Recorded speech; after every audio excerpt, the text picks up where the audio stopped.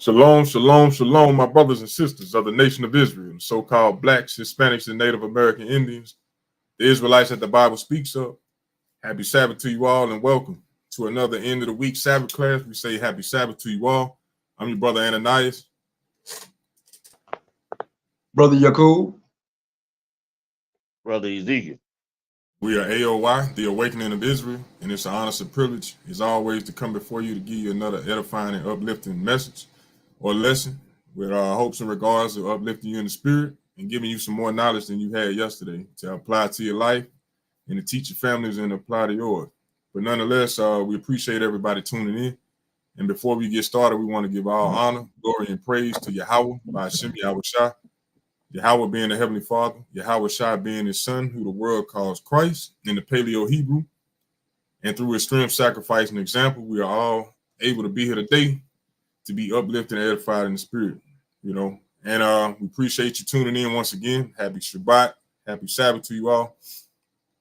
This is a day where we come together at the end of the week in this group anyway, and congregate, learn, uplift each other, and push forward and give all honor and glory to the Most High through his son. But today's class, as you have seen, is called Watch for the Hook. Watch for the hook. Why? Because the enemy is always lurking. You got to be watching for the hook, you know, because a lot of our people, we don't understand what's going on in this world, and being awakened to this truth in these last days, we understand that we have been lied to. We have been hooked as a nation since birth. We've been lied to. We've been hooked by our enemies and don't even know it. So what we're going to go in tonight is how we're supposed to be watching out for these things. Just like a fish that was actually in a lake or a pond or in the ocean who got hooked one time, but once he got hooked, he realized what was going on and he tried to warn everybody else, you know. But it's a few things that our people don't understand, even to this day, even being in this truth, having the understanding that we have today. A lot of our people still don't understand what's really and truly going on. We don't know who's behind the masses or behind the scene, pushing or moving our, pulling the string, so to speak. We don't truly understand, so we got to continue to watch for the hook. Just like if we was in a boxing ring, if we was the coach trying to help out the boxer in the ring, and he getting beat up constantly, and he about to get knocked out because he ain't looking for the hook. The enemy is like Iron Mike Tyson. That killer combo is their hook, or his secret weapon is their hook. But our people don't realize that it's a hook. They actually think it's something sweet or it's something promising to them, the way that the enemy actually lines it up. He puts it out there to be something worthwhile. And our people jump right on it just like a fish when they see that worm on the hook. They don't realize what it is. They just see something moving and they just jump right on it, not knowing the consequences that lie behind it, behind that hook. So we're going to dive right into it, you know. And once again, appreciate you tuning in. And make sure that you're taking notes, because this is going to be a very informative class. So if you don't learn something from this class, something wrong with you. But we're trying to help you so that you can understand and teach others. All right. So remember to follow along, take notes, hit that like button, subscribe as well, you know. But let's get into it. All right. We're going to start with this article. Brother Yakub, can you read this? Yes, sir. This is an article, a psychology article going into biting hooks. We're going to go into it just to see exactly what it's talking about from a mental standpoint. All right, go ahead, King. Yes, sir. Stop Biting Hooks by Benjamin Chernoff. Still like your family. All right, there where it says one of my friends. One of my friends is passionate about fishing. He's all about catch and releasing fish. Catch and release fish. So catch and release is basically, I'm not sure if everybody's familiar with that term, but catch and release is you catch the fish, you unhook it, you throw it back in the water. All right. Continue, King. He says it changed him. First, he started mashing the barb on his hooks so he could more easily unhook and release fish. But what really shocked him is how, over time, some fish have changed. It used to be that when they did bite, they fight so hard that when you reel them in, they be near dead for all the struggling. These days, you barely feel these fish bite, and they are super easy to reel in. They barely they barely fail, easy to unhook and throw them back in the water. These fish appear to have somehow learned that once hooked, the less you the less you flail, is that flail? Player. Flail, the faster you are back to swimming to wherever you were swimming to before biting. See that? Now I have this is a psychology. This is going into the mindset of a fish, and it's talking about fishing and how it used to be in time past where you went fishing in this same pond or wherever this guy fishes at. That when he would fish and catch the fish, that it would be hard to catch or reel that fish in because they would be struggling, just like it was back in the day, trying to get our people to obey their rules and fall in line into their system. It used to be hard once they caught us and try to hook us into their system. You know, to the point where they was reeling us in, we were damn near dead from struggling, just like the fish. But it says these days you barely feel the fish bite, and they're super easy to reel in. I wonder why that is. With all the different distractions, all the different baits that are around, it's very easy to reel our brothers and sisters in. Not only of our nation, but of all people. But most importantly, our nation, because this whole life that we live in this world that we live in, all the other nations, all the 18 other nations or the 17 other nations are hell bent on baiting the nation of Israel in and keeping us on bottom. And you can read about that in the book of Psalms, chapter 83, how they are all on one accord and are confederate against the nation of Israel and keeping us on the bottom where our name as a nation does not exist and keeping us in servitude. But it says, these days you barely feel these fish bite, and they're super easy to reel in. They barely flail, meaning barely struggle. Easy to unhook and throw them back in the water.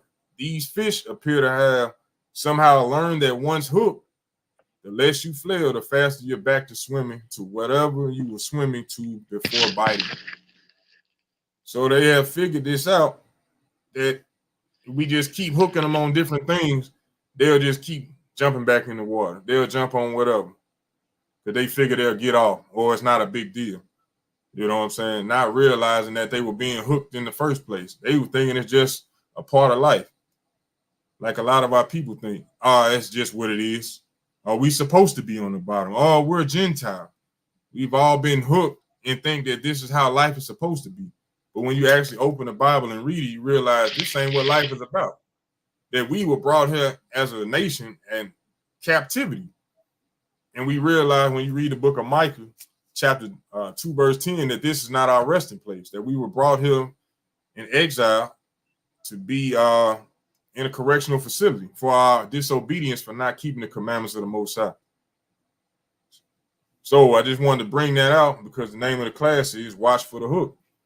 You got to be mindful of what's actually going on. They've actually broken down everything that you can think about in life to a damn science, to a psychological, sociological, economic standpoint. They break everything down on a scientific level.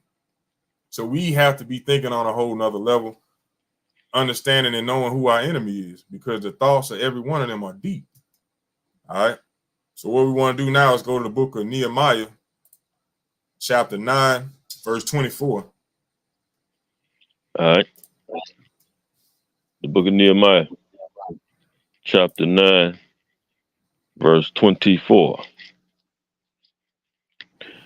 So the children went in and possessed the land, and thou subduest before them the inhabitants of the land, the Canaanites, and gavest them into their hands with their kings and the people of the land, that they might do with them as they would. Read the 27. Verse 20, verse 25. And they took strong cities and a fat land and possessed houses full of all goods, well digged, vineyards and olive yards and fruit trees in abundance.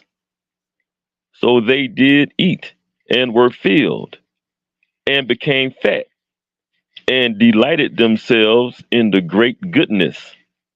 So this is talking about the Verse children of 26. Israel, the nation of Israel. Read on.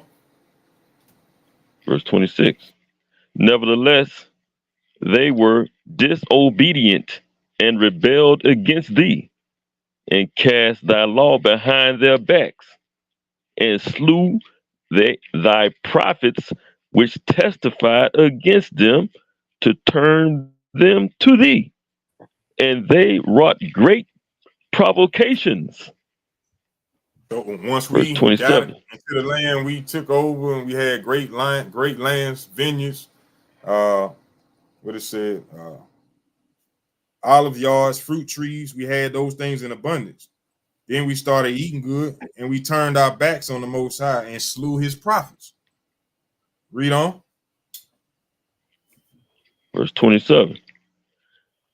Therefore, thou deliverest them into the hand of their enemies who vexed them, and in the time of their trouble, when they cried unto thee, thou heardest them from heaven, and according to thy manifold mercies, thou gavest them saviors who saved them out of the hand of their enemies. So we read this and we realize how we got to be in the situation that we in right now.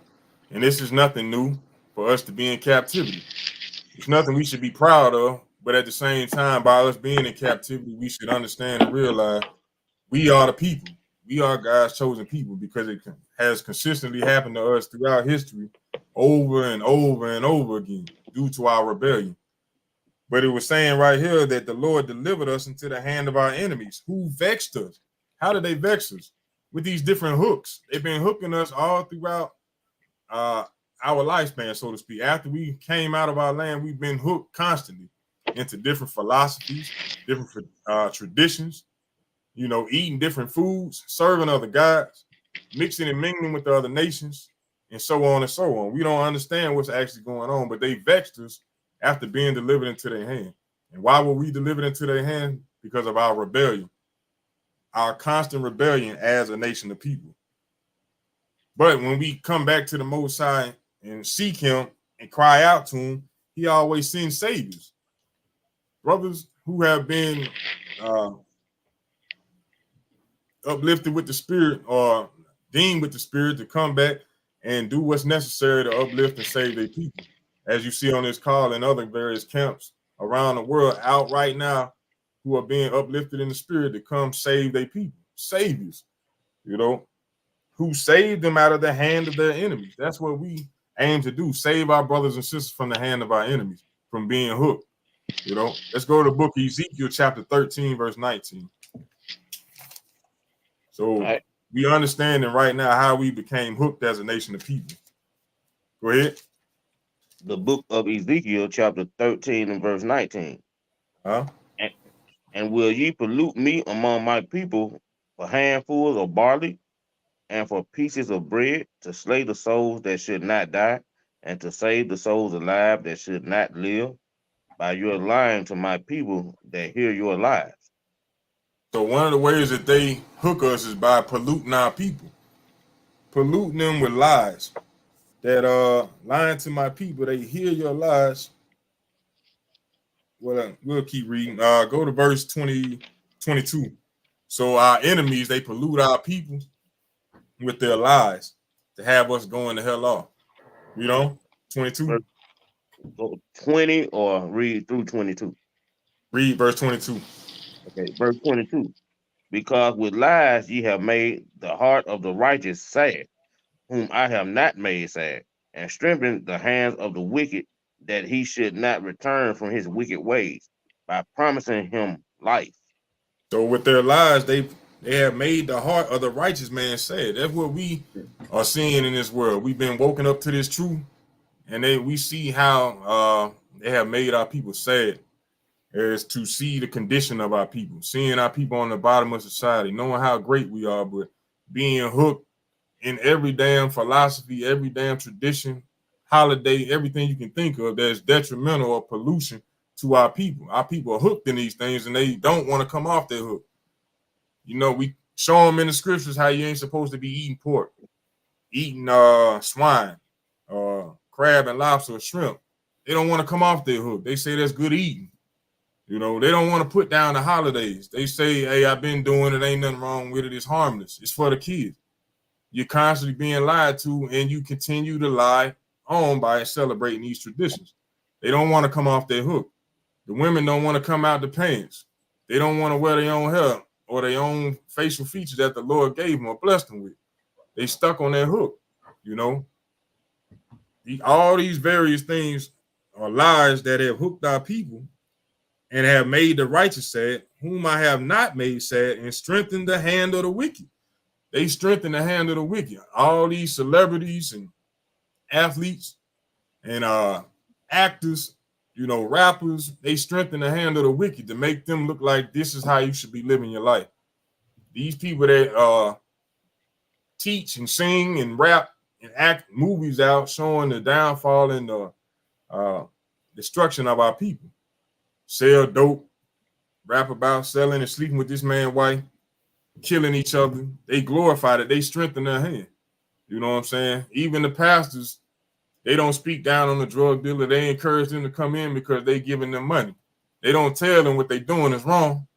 They encourage them to come in and keep doing what you do. Just give up the money. They strengthen the hand of the wicked. That's all you see in this wicked society. Why? Because the earth is given into the hand of the wicked. So why wouldn't the wicked try to strengthen the wicked? They ain't gonna try to strengthen the righteous. That don't make sense.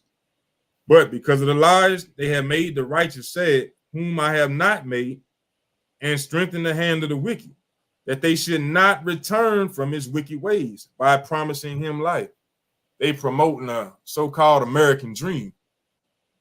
And like I heard not too long ago, in order to achieve this American dream, you got to be asleep.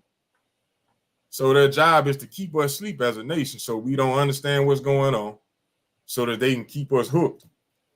And by us being hooked and chasing this American dream, we think that that's life. That's what life is about, chasing the American dream. That's life, getting the big house, with the picket white fence. That's what we live life for. Being hooked on a dream that you have to be put to sleep in order to achieve. Understand that, Israel. So we have to understand what's going on or being promoted to us as a nation. From there, let's go to the book of Psalms, chapter 79, verse 1. Book of Psalms, chapter 79, verse 1. Right. We're going to read 1 through 3. Right. Book of Psalms, chapter 79, and verse number 1. O God, the heathen are come into thine inheritance. Thy holy temple have they defiled. They have laid Jerusalem on heaps. The dead bodies of thy servants have given to be meat unto the fowls of heaven, the flesh of thy saints unto the beasts of the earth. Their blood have they shed like water round about Jerusalem, and there was none to bury them. Read 7 verse through 10. So right here we understanding that we talking about the heathen, how they have hooked us and shed our blood constantly throughout Jerusalem. Constantly. Read on. Verse number 7. Psalms chapter 79 and verse 7. For they have devoured Jacob and laid waste his dwelling place. They have devoured Jacob. Jacob is the forefather of the nation of Israel. His name was changed from Jacob to Israel.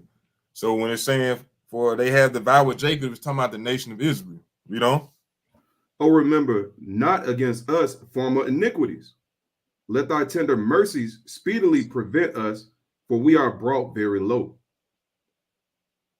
Help us, O God, of our salvation, for the glory of the name and deliver us, and purge away our sins for thy name's sake.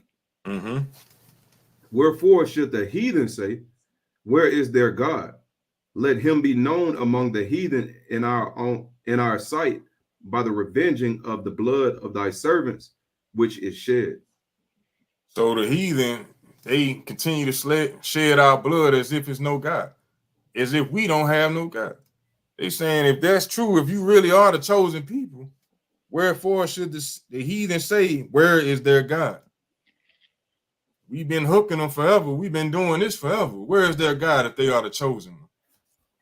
If they God is the true God of the earth, why we on top and they on the bottom? Why we got them in captivity? That's the mindset of the heathen. That's why they continue to do the things that they do, like poison our water system, give us the worst foods in the neighborhood, give us the poorest education, constantly trying to destroy us as a nation. They do these things because they say, where is their God? Let him be known among the heathen in our sight by the revenging of the blood of the servants which is shed. So this is a prayer being made by King David saying, hey, let it be known, Lord, that you deal with us. Shed their blood. Revenge your people, the nation of Israel, your inheritance, your lot. Let's go to Sirach chapter 12, verse 10. So the heathen act like as if we don't have a God when they do the things that they do. Think about it. How they came and raped and robbed us and took us out of our land. How they changed our identity. How they did away with our language. How they don't teach our history. How great we were about the kings and queens of our nation. I mean, when you think about it, when you ask our people, the only thing come to their mind is slave ship. Working on a plantation, that's it. They know nothing else prior to that. Only thing they know is what the enemy teaches us. And all we know for the most part, because we don't do any research and we've been hooked, we just fall in line with being Americans or African Americans or Latinos or Indians here in this land being in servitude under our enemies. But let's go to the book of Sirach, chapter 12, verse 10. The book of Sirach, chapter 12 and verse 10. Never trust thy enemy. Never trust thy enemy. For so like the as Lord right there is telling us is that we do not say or trust our enemy. That's a commandment right there. There was a class that was done on that on Savory Sunday, explaining and breaking down a reason why we're not supposed to be trusting our enemy. Check that out when you get an opportunity. But it says right here in Sirach or Ecclesiastes chapter 12, verse 10, never trust thy enemy. Read on. Never trust thy enemy, for like as iron rusteth, so is his wickedness. So is his wickedness. Jump down to verse 16. Verse 16. Hold on. Salaki. Verse 16. An enemy speaketh sweetly with his lips, but in his heart he imagineth how to throw thee into a pit. He will weep with his eyes, but if he find opportunity, he will not be satisfied with blood. All the atrocities and horrific things that we as a nation of people have gone through, the enemy that is oppressing us has not been satisfied with the blood that he has shed of our nation, of our people. That's why the Lord said, don't trust him. I'm going to read 16 again. It says, an enemy speaketh sweetly with his lips. These are the same individuals that you see on TV in these commercials and movies who speak these sweet words, these smooth as butter words to convince and trick and beguile our people, just like the serpent did Eve in the beginning. It said the enemy speaks sweetly with his lips, but in his heart, meaning in his mind, he imagineth how to throw thee in a pit. When we get to really digging into what's going on in this world, we realize that our enemy is constantly thinking on different ways to throw us as a nation in the pit. How to constantly shed our blood, how to keep us on the bottom, how to constantly destroy us. Like I said beforehand, with the water, with the foods, with the education, with everything that you can think of, every level of labor in life, our enemy is trying to destroy us. He said in his heart, he imagined how to throw thee into a pit. He will weep with his eyes. He'll cry and make it seem like he is being sorrowful or that he got some type of sympathy for you. He will weep with his eyes, but if he find opportunity, he will not be satisfied with blood. Just because he weeping with his eyes or with his tears don't mean he give a damn about us. You know, oh, that's so sad. I'm going to pray for you. That don't mean he care for you. Those things just sound good to make you think and trust in him. That's what he wants. When you read the Willie Lynch letter, they wrote down a method that said we have to set it up where they only trust in us and us only. So they would constantly be added to make us fight against each other, but trust in them only. Whether through their smooth words or through their provision, what they are able to provide for us through their education, their living standard, their environment. Being in this society, we've been hooked to think and trust in them only, and we don't trust ourselves or our people. We second guess ourselves, but trust in the enemy. That's how we have been hooked in this nation. And I'm gonna show you this video right quick. Excuse me. Hey, To can I show bring you. Go right ahead, fast? King. Bring that video up. Go ahead, King.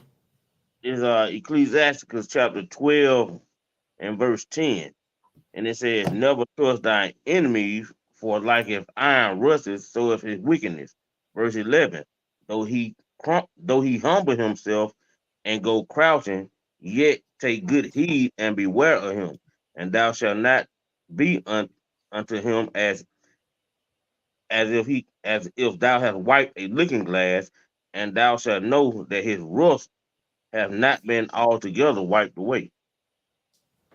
So just like you said, yeah, they'll shed tears, they'll cry, and look like they're showing some kind of empathy or sympathy, but it said,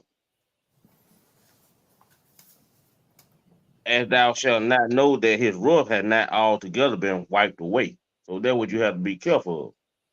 You know, That's right. you take a second look and look at that glass a second time, and you're gonna see, hey, this glass ain't as clean as I thought it was. That's right. But you got it. All right. Now, what we want to do now, I'm going to show you this video. And the title of this video is called How to Brainwash a Nation. And I want you to listen to what he's saying because it's like the scriptures say, the thoughts of their heart or the thoughts of their mind are very deep. And I'm going to show you exactly how they do us as a nation, but they are actually projecting it on the so-called Americans. This is a member of the KGB or the Russian KGB, former. Ideological subversion or active measures, активные мероприятия in the language of the KGB, or psychological warfare. What it basically means is to change the perception of reality of every American to such an extent that despite of the abundance of information, no one is able to come to sensible conclusions in the interests of defending themselves, their families, their community, and their country. It's a great brainwashing process which goes very slow, and it's divided in 4 basic stages. The first one being demoralization. It takes from 15 to 20 years to demoralize a nation. Why that many years? Because this is the minimum number of years which requires to educate one generation of students in the country of your enemy, exposed to the ideology of the enemy. He said it take 15 to 20 years to change the mindset of a generation in the nation that you are trying to brainwash or that you are against. 15 to 20 years to reprogram their minds to think how you want them to think. And that's exactly what we see going on today. In other words, Marxism-Leninism ideology is being pumped into the soft heads of at least 3 generations of American students without being challenged or counterbalanced by the basic values of Americanism, American patriotism. The result you can see, most of the people who graduated in the 60s, dropouts or half-baked intellectuals, are now occupying the positions of power in the. You see that the ones in the 60s who were dropouts and hippies are the ones who are in a position of power. Government, civil service, business, mass media, educational system. You are stuck with them. You cannot get rid of them. They are contaminated. They are programmed to think and react to certain stimuli in a certain pattern. They are programmed to think in a certain manner, just like today. You cannot change their mind, even if you Pay attention to what he's saying. He said you cannot change their mind. expose them to authentic information. Even if you prove that white is white and black is black, you still cannot change the basic perception and the logic of behavior.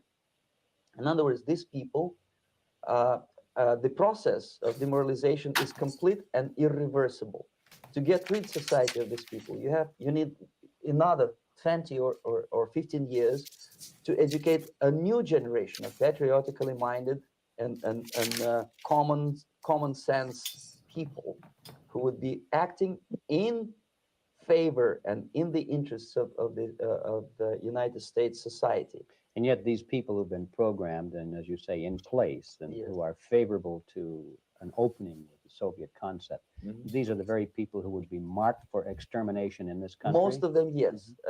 Simply because the psychological shock when they will see in future what the beautiful society of equality and social justice means in practice, obviously they will revolt. They will be very unhappy, frustrated people. And the Marxist-Leninist regime does not tolerate these people. They will join the links of dissenters, dissidents. Unlike in present United States, there will be no place for dissent in future Marxist-Leninist America. Here you can get popular like Daniel Ellsberg and filthy rich like Jane Fonda for being dissident, for criticizing your Pentagon. In future, these people will be simply squashed like cockroaches. Nobody is going. He's saying so. At one point in time, you could get filthy rich by just going against the government and talking crazy, but in the future, you won't be able to do so. And they slowly but surely getting to that point right now. But I just wanted to bring that out. I'm not going to play the whole video. If you want to look it up, feel free to do so. But they have actually thought with a mindset that how you can brainwash a nation. And they already figured out that it's going to take 15 to 20 years just to do one step of that phase to demoralize a nation of people. Just like when we came out of Egypt, a whole generation of people had to be put or had to die off in order for us to move into the promised land because their mind was so polluted with the ways of Egypt. They were constantly complaining, murmuring, and backbiting. They wanted to go back to Egypt, even though they were crying at one point in time saying, help us, free us, Lord. Once they got that freedom, they were crying and whining, wanting to go back to Egypt. So a whole generation had to die off in order for the Lord to continue to move us into the land.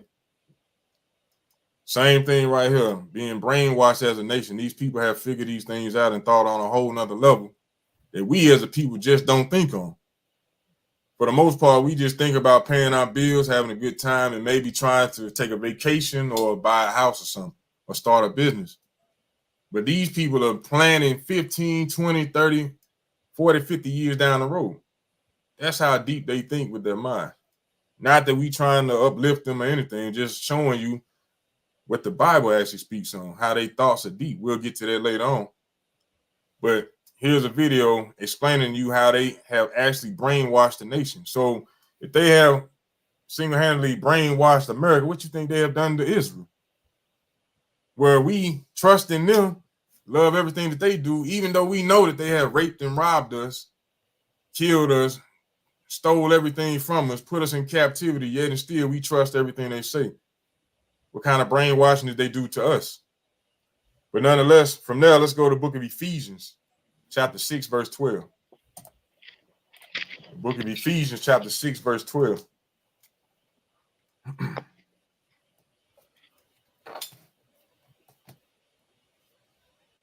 Ephesians, chapter 6, verse 12. All right. The book of Ephesians, chapter 6, verse number 12. For we wrestle not against flesh and blood, but against principalities, against powers, against the rulers of darkness of this world, against spiritual wickedness in high places. So we must understand and know this for a fact that we dealing with spiritual wickedness in high places. These are the same individuals who are able to drop them hooks and hook us constantly as a nation.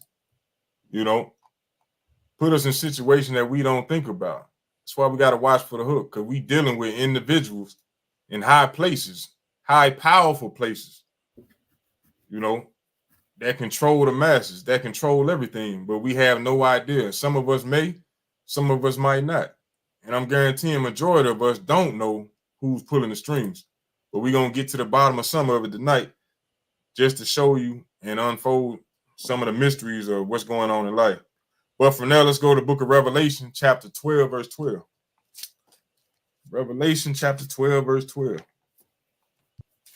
The book of Revelation, in verse 12. Therefore, rejoice, ye heavens, ye that dwell in, woe to the inhabitants of the earth, woe to the inhabitants of the earth and of the sea, for the devil is now unto you, having great wrath, because he knoweth that he have but a short time.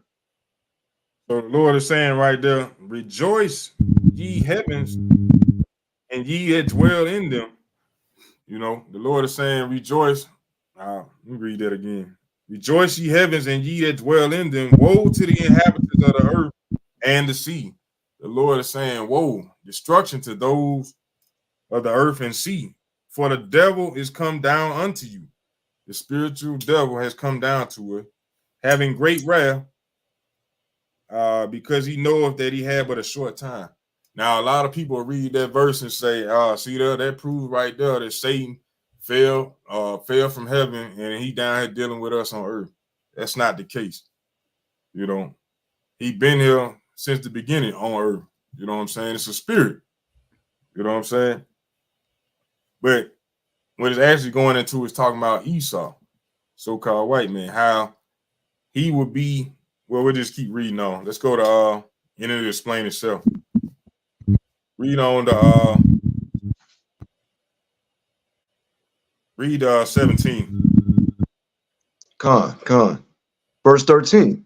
And when the dragon saw that he was cast unto the earth, he persecuted the woman which brought forth the man child.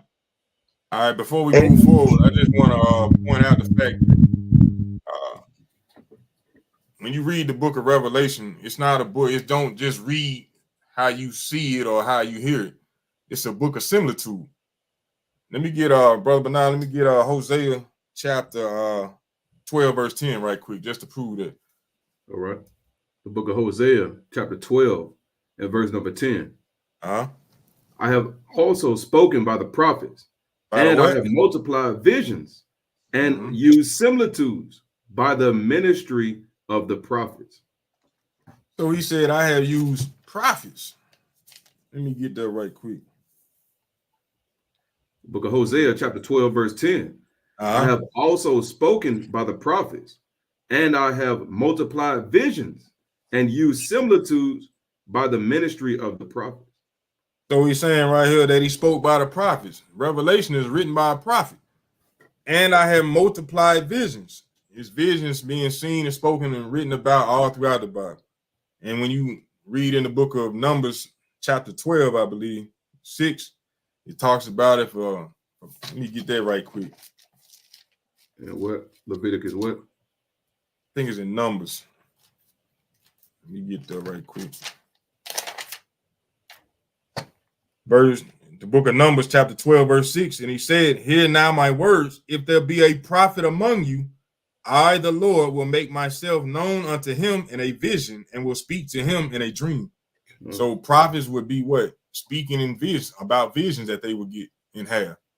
So that's how we know the book of Revelation is going into a vision that was given to John the Revelator.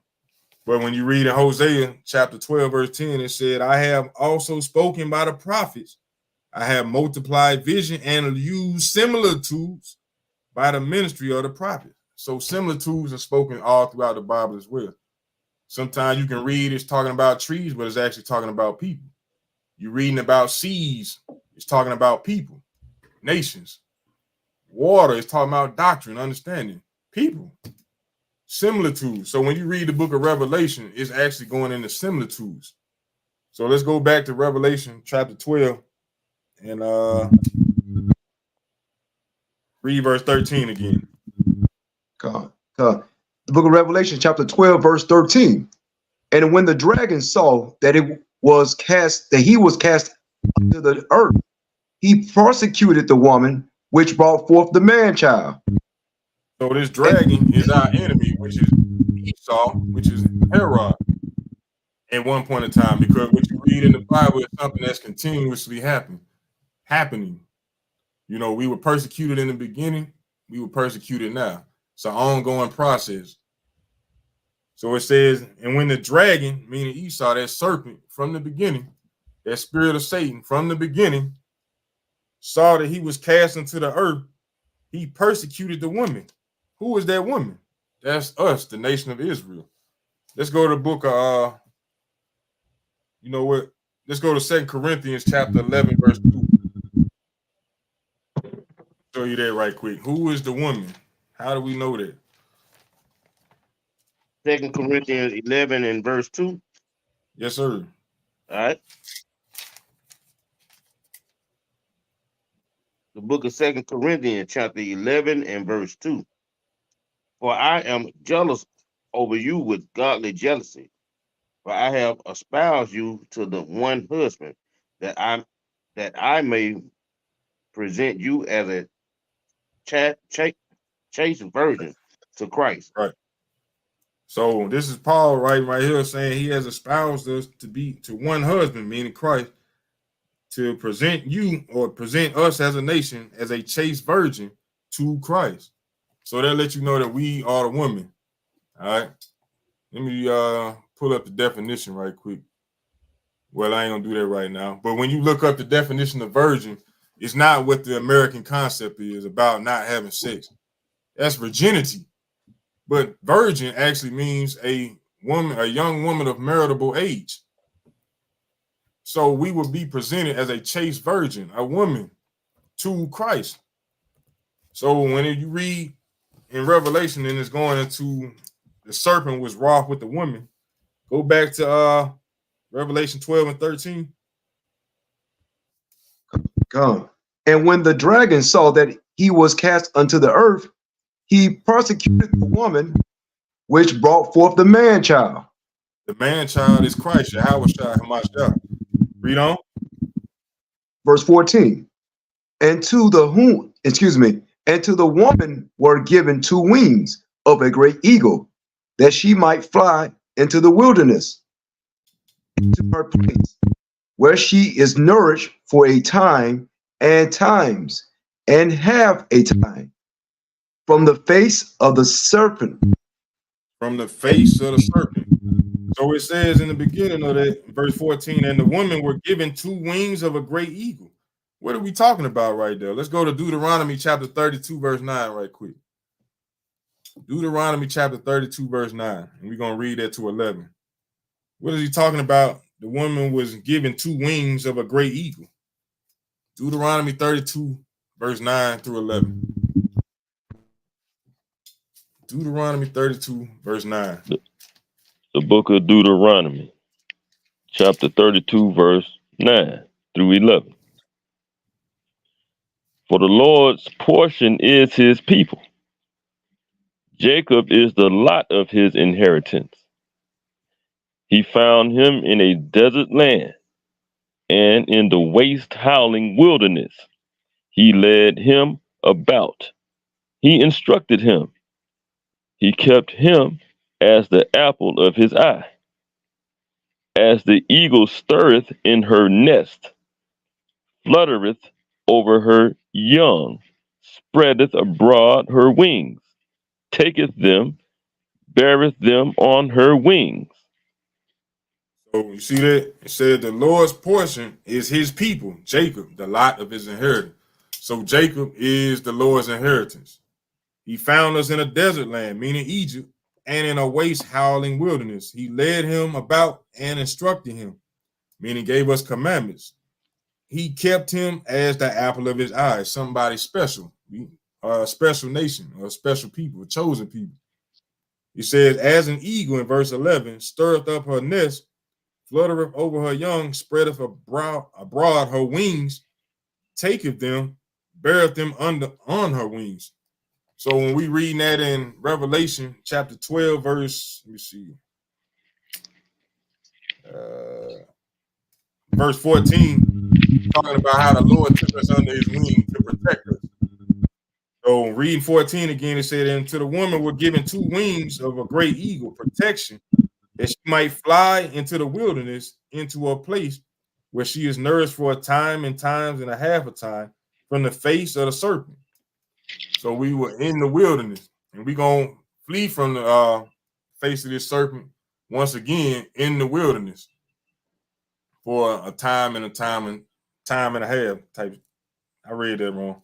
We're going to flee from our enemy once again into the wilderness, just like we did when we left out of Egypt. That's what I meant to say.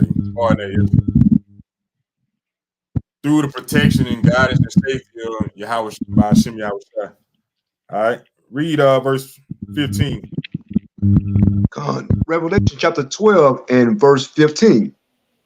And the serpent cast out of his mouth water as a flood, the woman, that he might cause her to be carried away of the flood.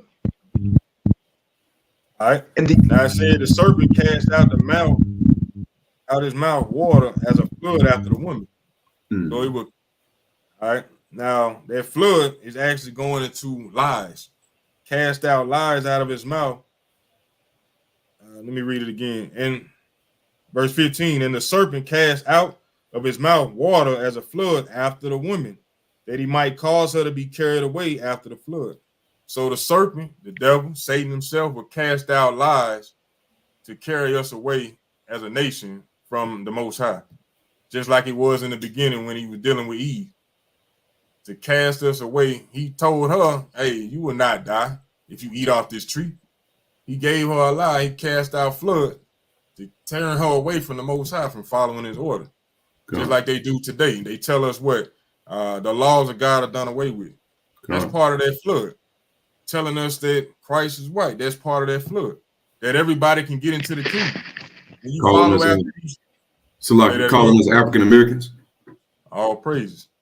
All of these things carry us away from who we are, away from our heritage, away from our royal status. They carry us away. Matter of fact, let me get let's go back to 2 Corinthians chapter 11, verse 3 this time.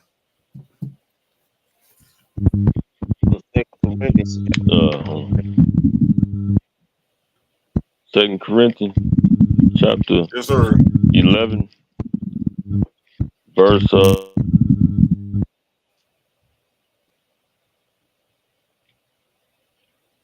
verse 3. All right. 3. Okay. But I fear lest by any means, as the serpent beguiled Eve through his subtlety, so your mind should be corrupted from the simplicity that is in Hamashiach.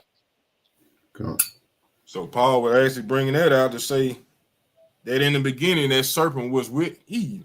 And he talking to us, he's saying, but I fear lest by any means, as the serpent beguiled Eve, that he would corrupt us and beguile us as well. So that's letting you know what them floods are, you know.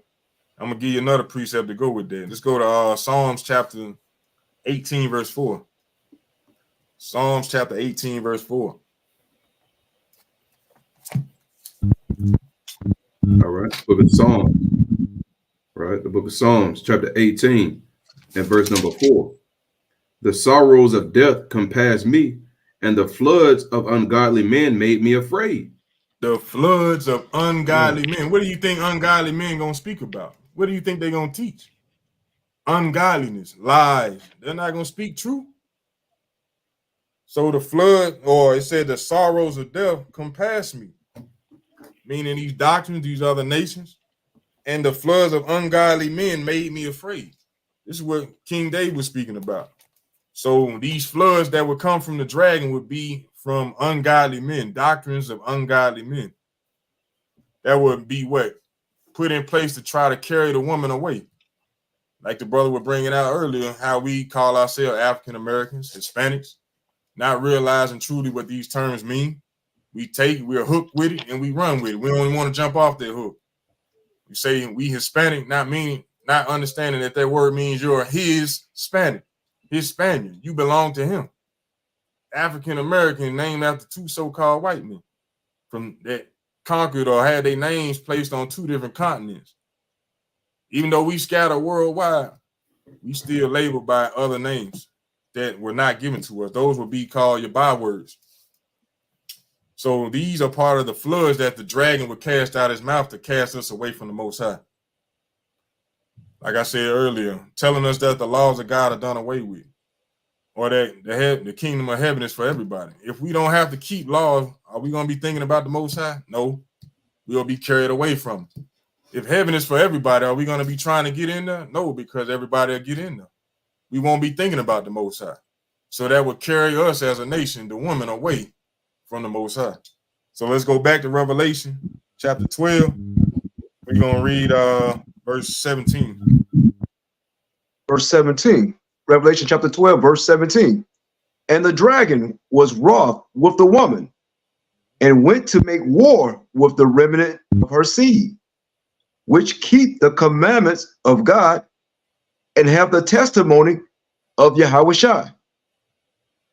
So this dragon is going to go hard in the paint trying to do what? Make war with the remnant of her seed. Those individuals, that 1/3 of the nation of Israel, who going to keep the commandments. They're going to go hard in the paint trying to keep them brothers and sisters on the bottom, keep them locked down where they can't ride. They're going to try to anyway. All right. And that would be Amalek today. So Jewish folks, they claim to be us, but everything about what they stand for and what's actually written in the book tells you that they are not the people. But our people still have in our mind that they are the ones, they are the chosen one, just because they are in our land, or they wave around a flag with a symbol on it that don't mean nothing, that ain't prescribed in the Bible. You know, they call themselves Israelis. That's not in the Bible. Jewish, that's not a people. That's a term that describes somebody who's trying to be like the original people. You know, but they call themselves the true Jews, or Jewish. But when you actually do any type of research, any type of reading, you understand truly that they are not the people of the book, you know. But let's go to the book of Job, chapter 13, verse 4. And somebody give me Revelation 2 and 9 right quick. I want that Revelation 2 and 9 first. All right. Book of Revelation, chapter 2 and verse number 9.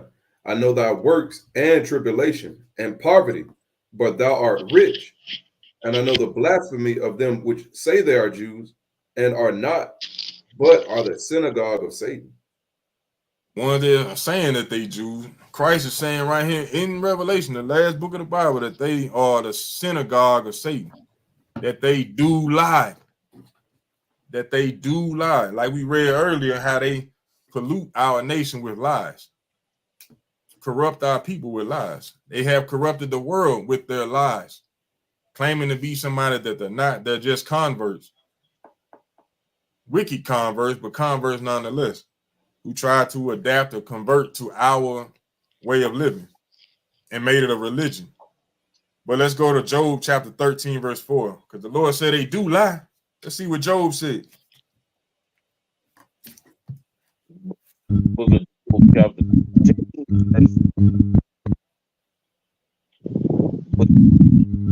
lies. We are all physicians of no value.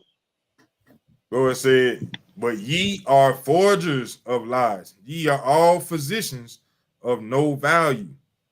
Physicians of no value.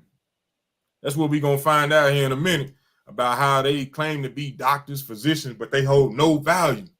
Because when you look into their history as doctors, what have they solved? What have they cured? Nothing. Nothing. But everybody feeding and flocking to their hospital, following behind and chasing behind their mindset and their intellect, and don't even know what's really going on. We're going to get into it tonight, though, and give you some more clarity so that you think twice before running to your enemy. because they are forgers of lies, and they have taught everybody to lie and live in lies. But we don't have no knowledge because we don't do no research. We just trust in our enemy. But for now, let's go to Sirach chapter 4 and verse 28. Sirach chapter 4 and verse 28.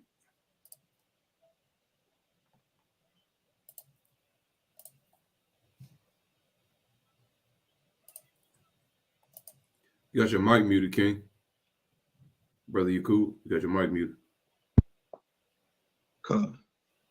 The book of Sirach, chapter 4. Book of Sirach, verse 28.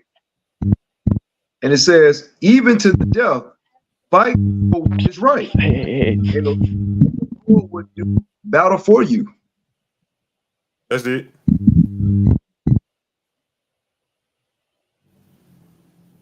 It says, strive for the truth unto death, and the Lord shall fight for thee. So we knowing that our enemy do nothing but lie. They come out the womb speaking lies. Hey, we got to strive for the truth. We got to put in some work to do some research. We got to strive for the truth unto death so that the Lord will fight for us. All right. Now I'm going to show you a couple things in this article right quick. All right. Can y'all see that? All right. Somebody read that right quick. Did John D. Rockefeller say, I don't want a nation of thinkers, I want a nation of workers? So this is a popular phrase that you will hear a lot of people talking about John Rockefeller and the mindset that he had. Where he said, I don't want a nation of thinkers. And if you look around today, in today's society, that's exactly what we have. We don't have a nation of thinkers, whether it's American or it's just the nation of Israel. We don't have a nation of thinkers, but a nation of workers. All right. Read on. Right here. All right. John D. Rockefeller, who founded the General Education Board, once said, I don't want a nation of thinkers, I want a nation of workers. Hey, Salaki, King, real quick. Just like you hear at work all the time, like if you try to give different ideas, they say, we don't pay you to think. We just pay you to work. You see what I'm saying? Y'all, I'm pretty sure y'all brothers heard that before. You know what I'm saying? Right. Around the job place, whatever. But that's what they want. That's all they want is workers. They don't want people who think. You know what I mean? You got it. Right. Read on, King. A quote attributed to John D. Rockefeller, patriarch of the Rockefeller political dynasty and former richest man on earth, is often used as an example. Man, can I jump in right fast? But yeah, you just like you just said.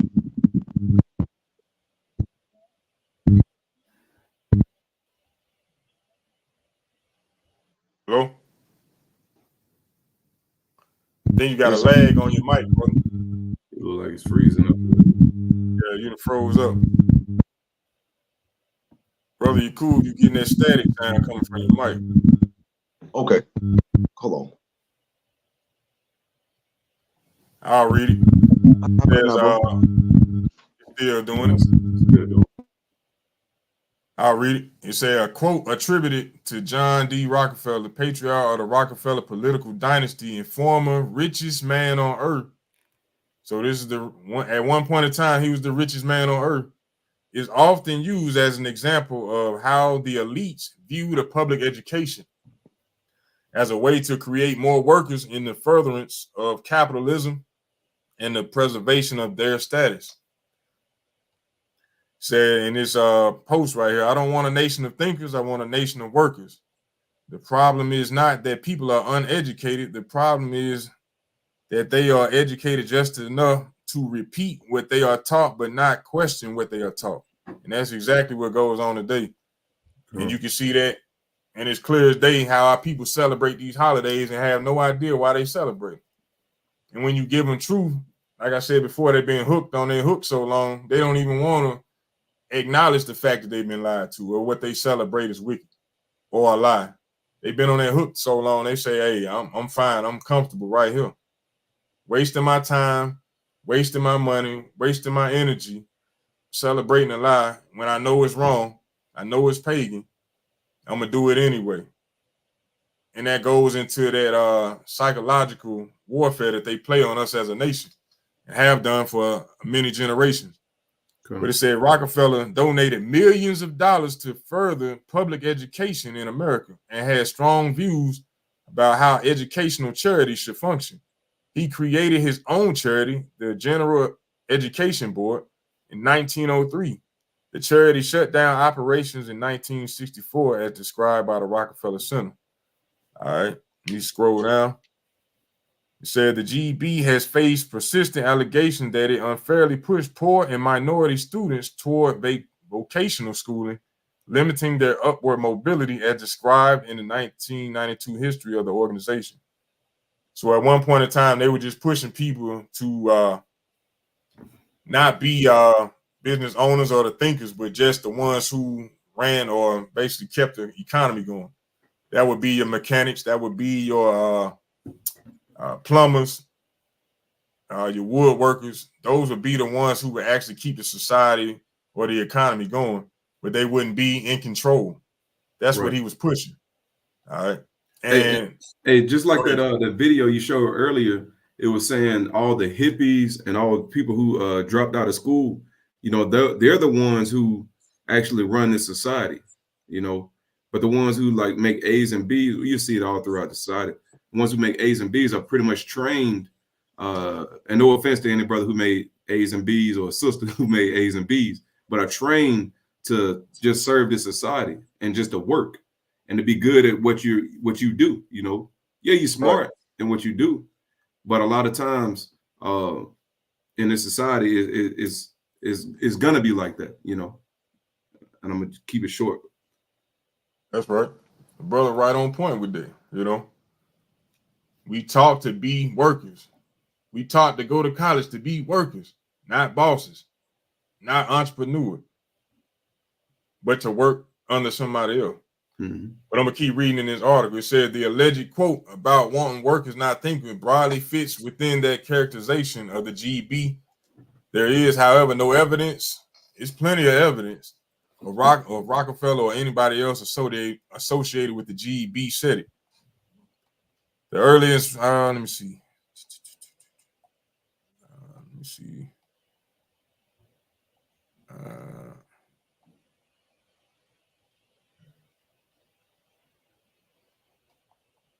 Yeah, that's what I wanted to get out of that. I'm gonna go to another video dealing with Rockefeller, how he had a mighty influence on how things are done here in this society. All right, let me bring that up right quick.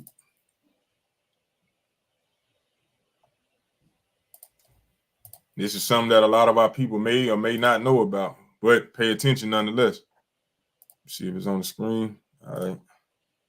Around the same time that John D. Rockefeller seized U.S. media, he also hijacked U.S. medicine.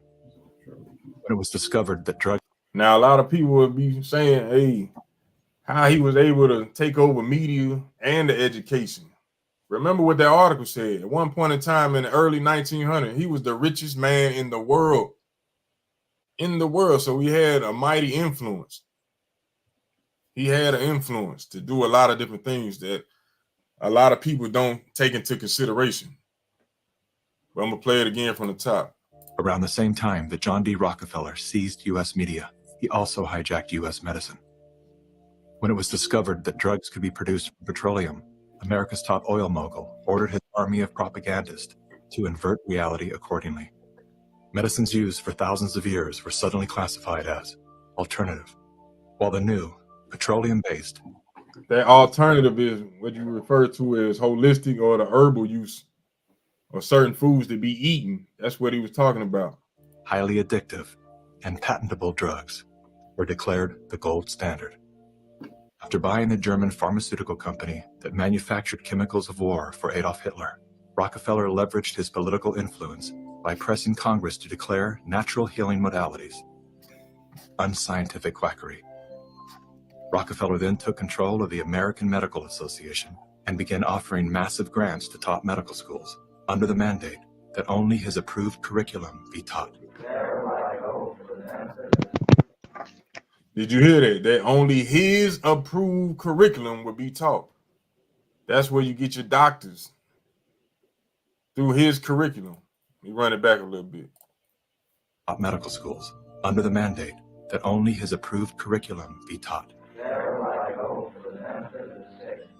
Any mention of the healing powers Brother, of real herbs, quick, plants, and just like only approved curriculum would be taught. You see how they repeated it, right? Just like when you nowadays when you go to your doctors, right? All they do is repeat information that they learn out of books. They don't do their own research. Right. They're at their job just like you are. You know, just like you at your job.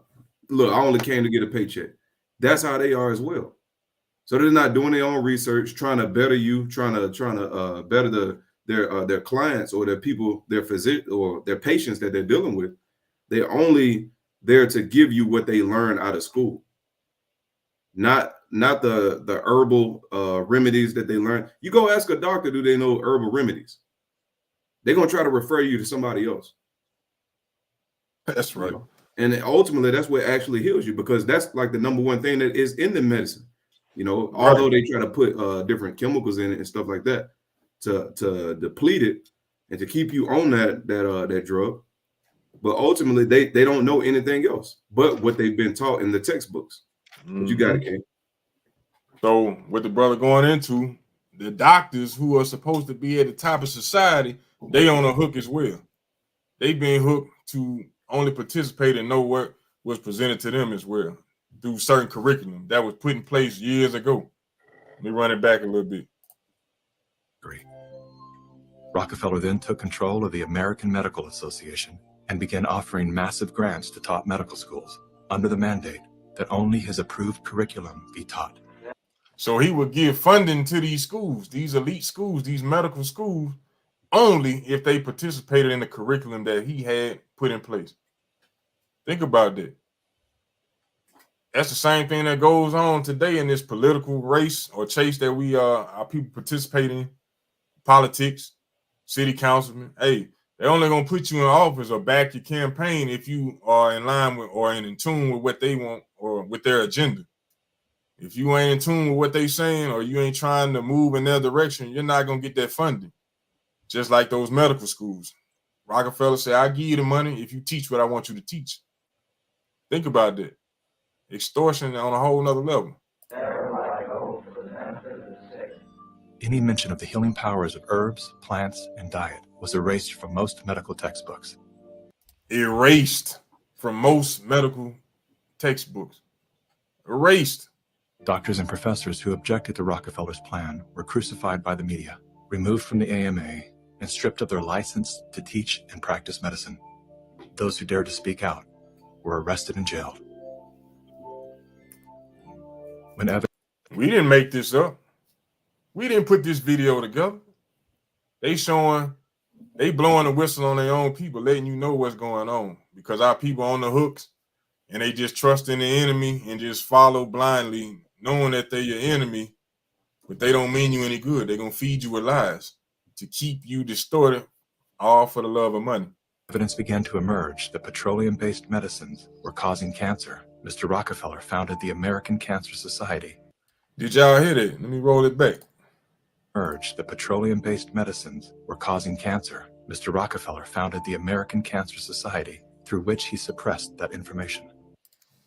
You see that? So he realized, or they found out, that his pills that he was creating through petroleum was causing cancer. So he decided to found a cancer society to fight cancer. The same one causing the problem, trying to give you the antidote or act like he cared. Like you said earlier, when they weep with their eyes, they still looking for an opportunity to get over on you. John D. Rockefeller is duly credited as the founder of the pharmaceutical industry and the reason that medical error is currently the third leading cause of death in America. This is not an indictment against doctors. More than anyone, they are under the stranglehold of the single largest lobbying power in Washington. They on the hook as well. Every year, the pharmaceutical industry spends at least twice the amount as big oil to influence laws, policies, and public perception. Thanks to Mr. Rockefeller, the architect of American monopolies. No industry has more power over our lives than Big Pharma. You see that? Just wanted to bring that out to let our brothers and sisters know who's pulling the strings, how long they've been pulling the string, and understanding that the things that we jump to or run to for aid are not actually put in place for our benefit, but just for money purposes. So we got to be aware of that hook. Can't be baited into thinking that a damn aspirin is actually going to save you, you know? And I want to show another clip right quick that some of us don't think about when it comes down to the medical field or the things that we suffer from. Because we have an issue, we'll run straight to the doctor or whatever problem we dealing with, whether it's relationship, we'll run to a damn therapist of our enemies to get wicked counsel, but we don't actually think about what's actually going on. Let me show you something right quick. That's not it. Hold on, bear with me.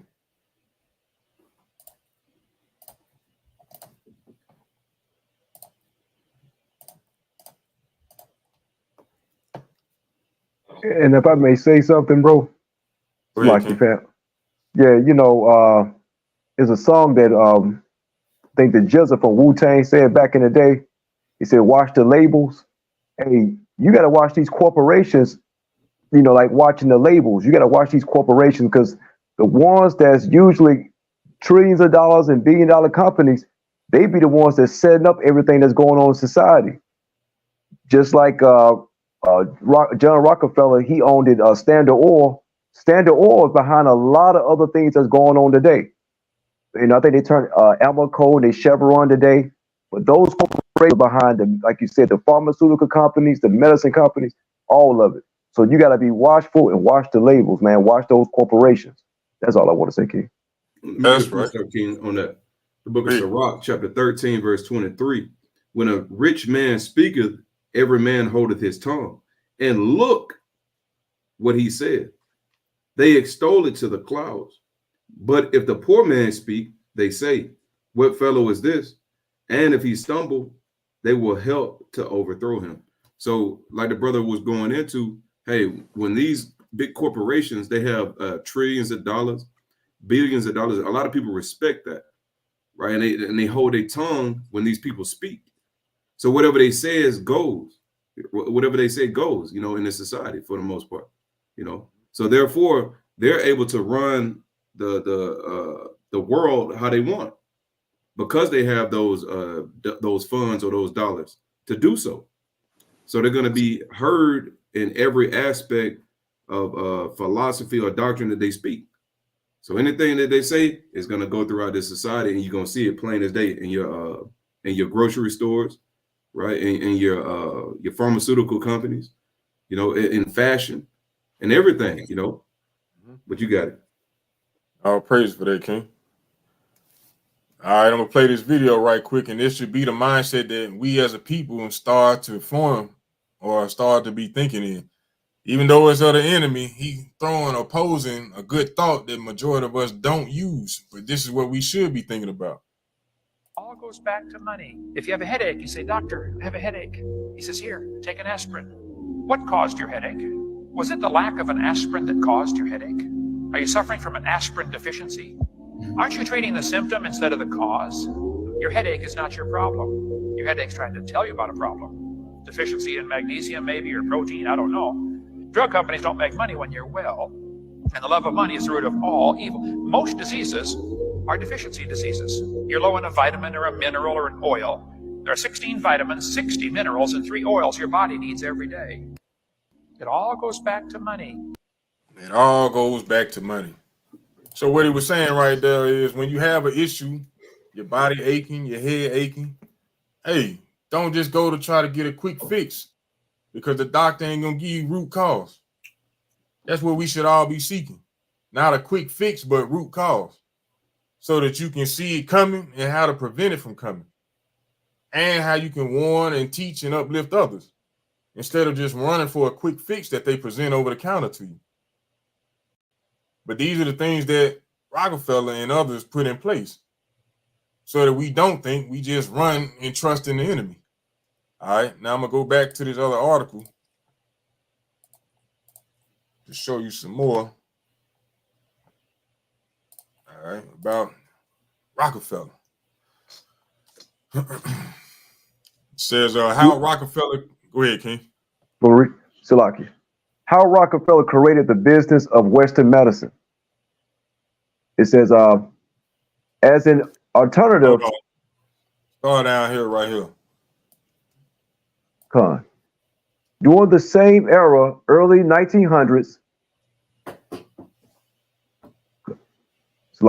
during the same era, early 1900s, scientists were doing groundbreaking work to understand the basic mechanics of life and human health. It was during this time, that most of the essential vitamins were discovered, including B1, B2, biotin, vitamin C, vitamin A, vitamin D, etc. By identifying these vitamins, science took a huge step forward and enabled simple vitamin remedies to cure conditions that were caused by vitamin deficiencies, such as scurvy and rickets. And of course, scientists were also involved in research to create synthetic versions of these vitamins in a laboratory. In 1935, vitamin C became the first vitamin to be artificially synthesized in Switzerland. Rockefeller was smart enough to see this as a big opportunity, with the possibility that vitamins and medications could be developed from petroleum. He saw the chance to control and monopolize multiple industries at once: petroleum, chemical, and medical. And of course, petrochemicals were ideal from a business perspective because they could be patent owned and sold for high profits. Owned and sold for high profits. Read on. But there was a big problem with Rockefeller's plan. Natural and herbal medicines were very popular in America during the early 1900s. Almost one half the medical colleges and doctors in America were practicing holistic medicine, using extensive knowledge from Europe and Native American traditions. See that? They were using the knowledge that came from our people. Holistic medicine, herbal usage. Read on. Rockefeller knew that to get total control of the medical industry, he would have to expunge the competition. Get rid of the competition. Go ahead. Rockefeller first move was to use his vast wealth from oil to purchase part of the German pharmaceutical company, IG, Farben. Look up Farben involvement in World War II. Now that he controlled a drug manufacturing company, he could move forward with his plan to eliminate the competition. In the early 1900s, there were a variety of doctors and healing modalities in America. Some of the medical specialties included chiropractic, naturopathic, homeopathic, holistic medicine, and herbal medicine. To eliminate the competition, Rockefeller, he hired a contractor named Abraham Flexner to submit a report to Congress in 1910. This report concluded that there were too many doctors and medical schools in America, and that all the natural healing modalities which had existed for hundreds of years were unscientific quackery.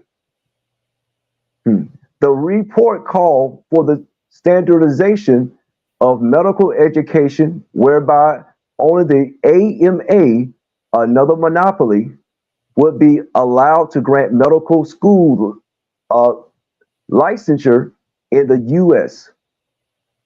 I just wanted to bring that out to show you that Rockefeller changed the way medicine was prescribed and used throughout the world, but mainly here in the United States. This individual realizing he would be what you would call an opportunity, seen how they were cooking up vitamins, synthetic vitamins in a lab, and he took advantage of that situation.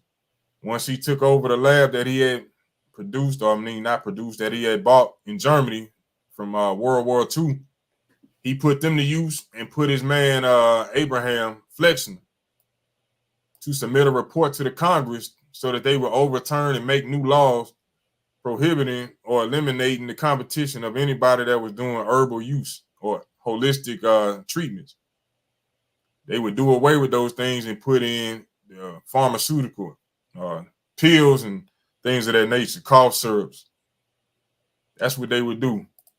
So that's how that industry actually got started. And it wasn't for the benefit of the people. It was for the financial gain of his family. Come on. You know. Let me get a precept, Ken. Go ahead. The book of Job, chapter 24 and verse 14. The murderer rising with the light killeth the poor and needy, and in the night is as a thief. The eye also of the adulterer waiteth for the twilight, saying, no eye shall see me, and he disguiseth his face. Right. So just like Esau, he disguised his face. You know, he'll give you different medicines and different healing tactics or whatever, and he would disguise it and say, hey, this is for this is for a headache, this is for your cold and flu, right? But ultimately there is trying to destroy you as well, you know. So they disguise their face by doing so. It says for the verse 17, for the morning is to them even as the shadow of death. If one know them, they are in the terrors of the shadow of death. He is swift as the waters. So I skipped one. Verse 16 is what I wanted. In the dark, they dig through houses which they had marked for themselves in the daytime. They know not the light. So they marked these different houses during the daytime. Just like he said, he was trying to pretty much obliterate, right, these different companies. What it said, expunge these different companies that were trying to help us, right? But let me look at that definition, expunge. It says to strike out, obliterate, or mark for deletion. So they mark these different people to delete them from healing us, you know, right, and ultimately to give us poison. But you got it, King. Oh, praise for that. Hey, somebody give me Proverbs 25 and 2 right quick. Proverbs 25 and 2. Because this information is being brought out to our nation of people to get a more understanding than they had yesterday, but to help us. Because without this knowledge, we'll continue to run to our enemies for aid. When the Lord said, never trust thine enemy. When you got a full understanding as to what's going on and who behind the madness and the actual sickness that is pushed throughout this world, you'll understand who to trust in and who not to. And let me get Proverbs 25 and 2 right quick. The book of Proverbs, chapter 25, verse 2. It is the glory of God to conceal a thing, but the honor of kings is to search out a matter. So the glory or the honor of kings, if we consider ourselves kings, we got to search out the matter. We got to do more research. We can't just go by what we have heard. We got to do the research. Just like them doctors, they ain't doing the research. They just studying what's already been written and running with it. Got to do the research. It's the honor of kings is to search out the matter. So anything that we do in life, we got to search out the matter. We got to get to the bottom of it before we actually decide to make a decision. All right. So what I want to do now is show you a quick clip of a documentary that was brought out, or I don't know if it's out yet or it's on the way, but nonetheless, it's going into the sugar intake that's actually running and destroying this economy or the world that we live in. And it's part of, or it's one of those hooks that our people are hooked on and don't even know it. But the enemy knows it. All right. Let me play it right quick.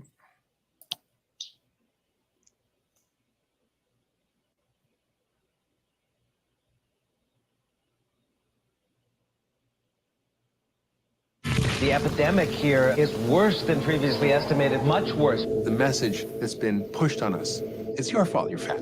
Shouldn't be so hard to get them to run around and play, right? They have voracious appetites and they don't exercise enough. It's about how active our kids are. Forget about it. There are 600,000 food items in America. 80% of them have added sugar. Your 80% of them have added sugar. brain lights up with sugar just like it does with cocaine or heroin. You see that? Let me run that back. 80% of them have added sugar. Your brain lights up with sugar just like it does with cocaine or heroin. You're going to become an addict. You end up with one of the great public health epidemics of our time. This is the first generation of American children expected to lead shorter lives than their parents. I am 12 years old and my doctors have said that I am a statistic. We're blaming willpower, and it's a crime. Over 95% of all Americans will be overweight or obese in 2 decades. We're toast as a country. The sugar industry is extraordinarily powerful. They're in business to make money, not to keep America healthy.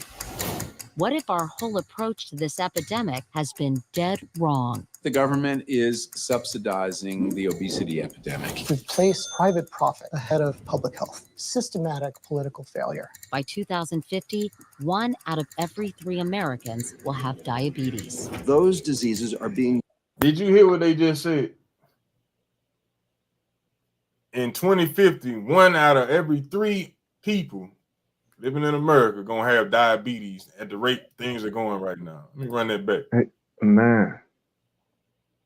Public health. Systematic political failure. By 2050, 1 out of every 3 Americans will have diabetes. Those diseases are being driven by sugar. This is the fundamental problem nobody's talking about in society.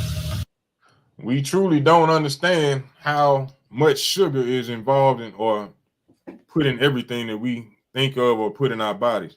They add sugar to damn near everything you can think of.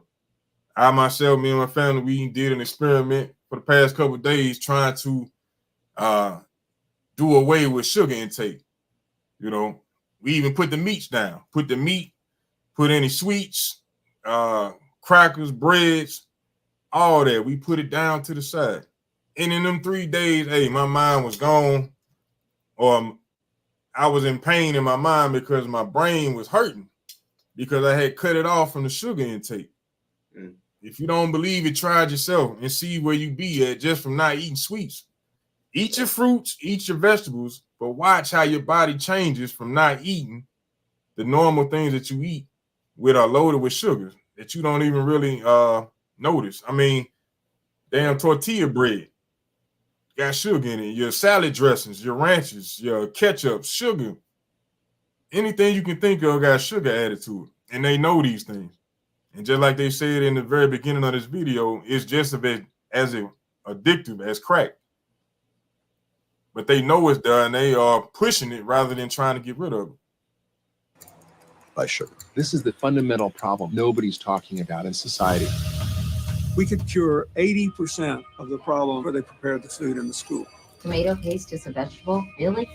Junk food companies are acting very much like tobacco companies did 30 years ago.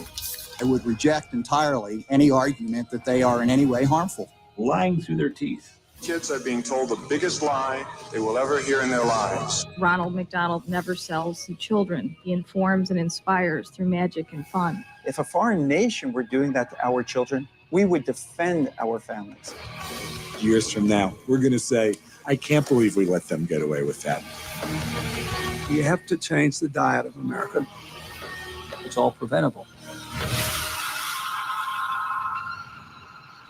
If you haven't checked it out, check out this documentary called Fed Up, where they're going in on how the American society is pushing sugar at an all-time high, not for our benefit, but for their pockets, for money.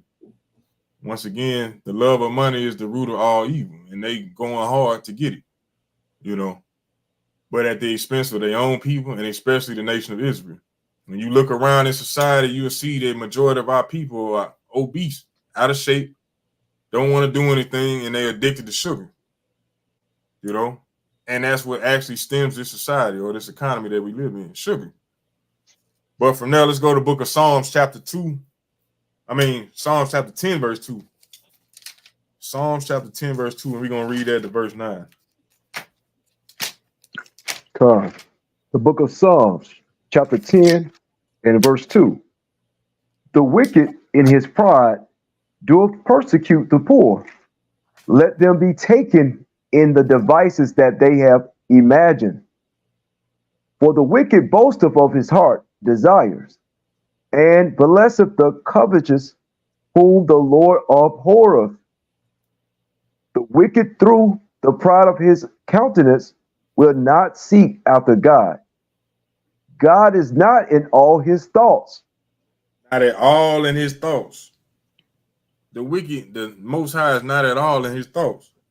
I'm going to go back to, let me see, verse 2. It said, the wicked in his pride do persecute the poor. Who are the poor? The nation of Israel. Let me get that in Revelation chapter 2, verse 9 again. Just to show you who the poor are. Right? The book of Revelation, chapter 2, and verse number 9. I know thy works and tribulation and poverty, but thou and what? And poverty. And poverty. Poverty means you're lacking. You're in a poor state. The Lord saying, I know thy works, thy tribulations, and thy poverty. Read. But thou art rich. Now, how are we rich? We rich in spirit. We rich because we got the kingdom coming to us when we keep the commandments and have the faith. And we got the services of the Most High. Read on. And I know the blasphemy of them, meaning the lies. Go ahead. Which say they are Jews, and are not, but are the synagogue of Satan. See that? So we, as a nation of people, are the poor that the Lord was talking about in Psalms chapter 10. He's when he said, the wicked in his pride do persecute the poor.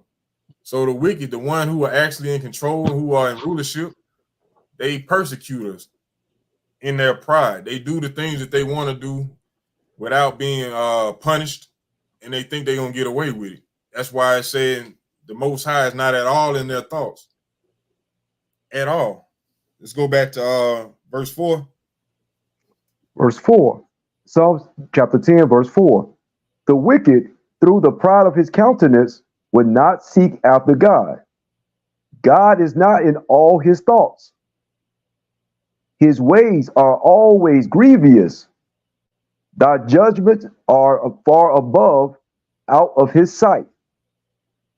As for all his enemies, he puffed them up. Salakia, he puffed at them. Got his chest stuck out. He prideful. His head, his nose snooted up against all his enemies. Like, who can bring me down? Who gonna stop me? You know? Verse 6. He have said in his heart, I shall not be moved, for I shall never be in adversity. I'm on top. I'm the top dog. Who gonna stop me? Read on. His mouth is full of cursing and deceit and fraud. Under his tongue is mischief and vanity. Now you might read that and say full of cursing, like he out there saying S-H-I-T or B-I-T-C-H. That ain't what he talking about. Talking about his tongue full of cursing when he putting laws into place to say a man can marry another man. You know what I'm saying? Or that the laws of God are done away with. You know what I'm saying? That's the cursing that he talking about. Cursing and deceit and fraud. That's right. Hey, brother, because those are sins, and when we do those sins, it'll have us being cursed. All praises. Because once they put those laws into place, and we agree with it, guess what? We agree with that cursing that came out of their mouth. That's right. That actually goes along with taking the mark of the beast when you actually think about it. Because that beast gonna tell us to be in sin in order to do the things that we want to do. You know? But that's another story or another topic for another day. But keep reading, King. Verse 8. Excuse me. Yes, sir. Verse 8. He sitteth in the lurking places of the villages. in the secret places doth he murder the innocent. His eyes are privily set against the poor. Yeah.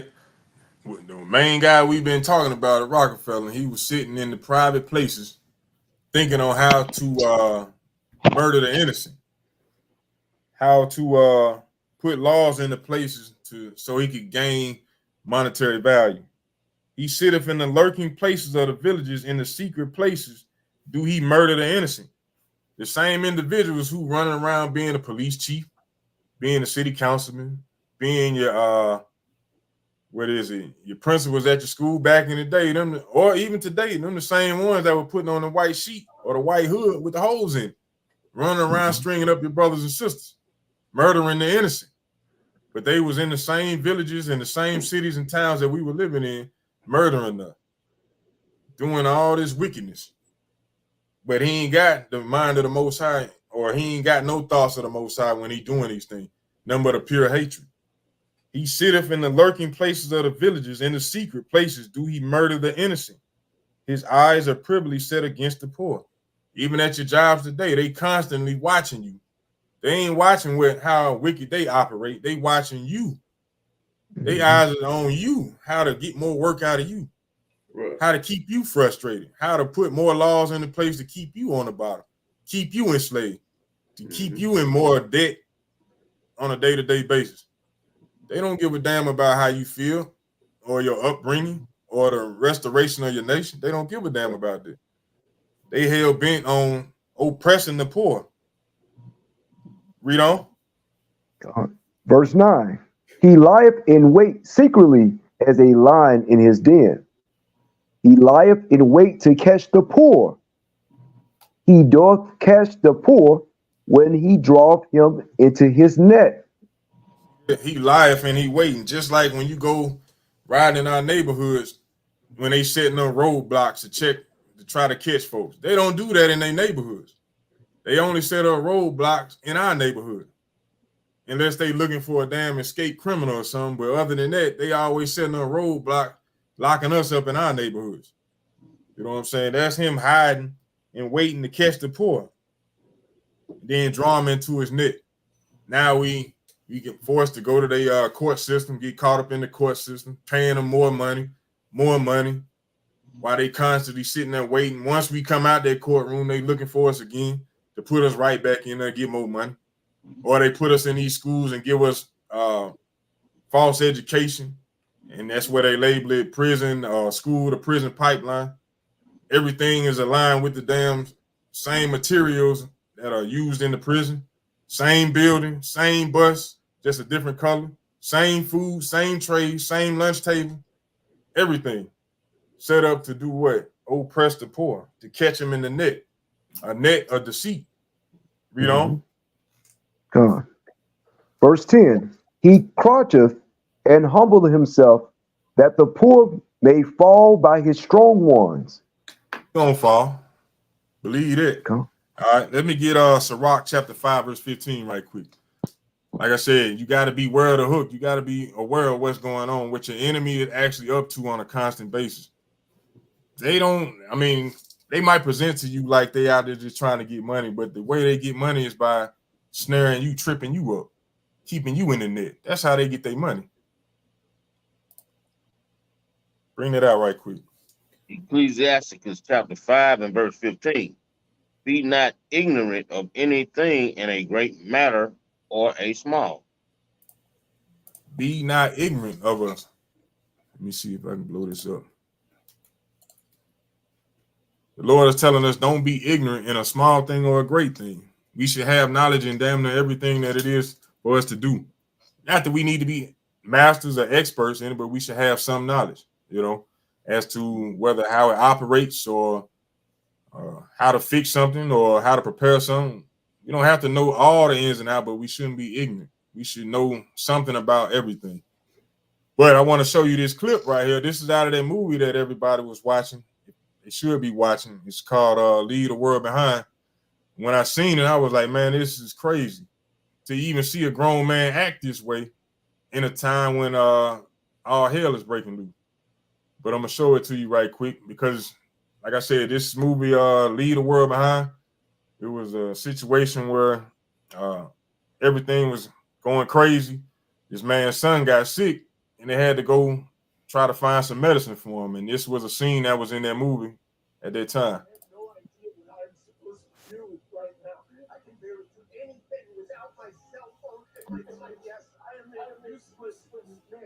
Hey, can you put the volume up on so we can hear? It's a low video. Okay. I'm gonna play it again from the top. All He said, I have no idea what I am supposed to do.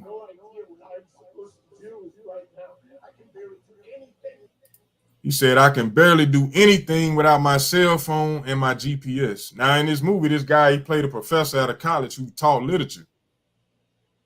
But he said, I don't know what to do. All I know, I can't do nothing without my cell phone or my GPS.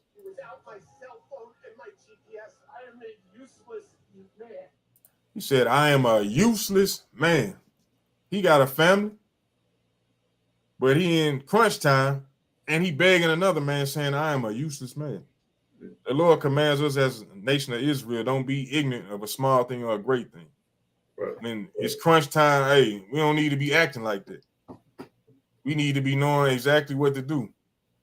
You know, we ain't gonna necessarily know exactly how to get to the bunkers or whatever the case, if it do get to that, when it do get to that level.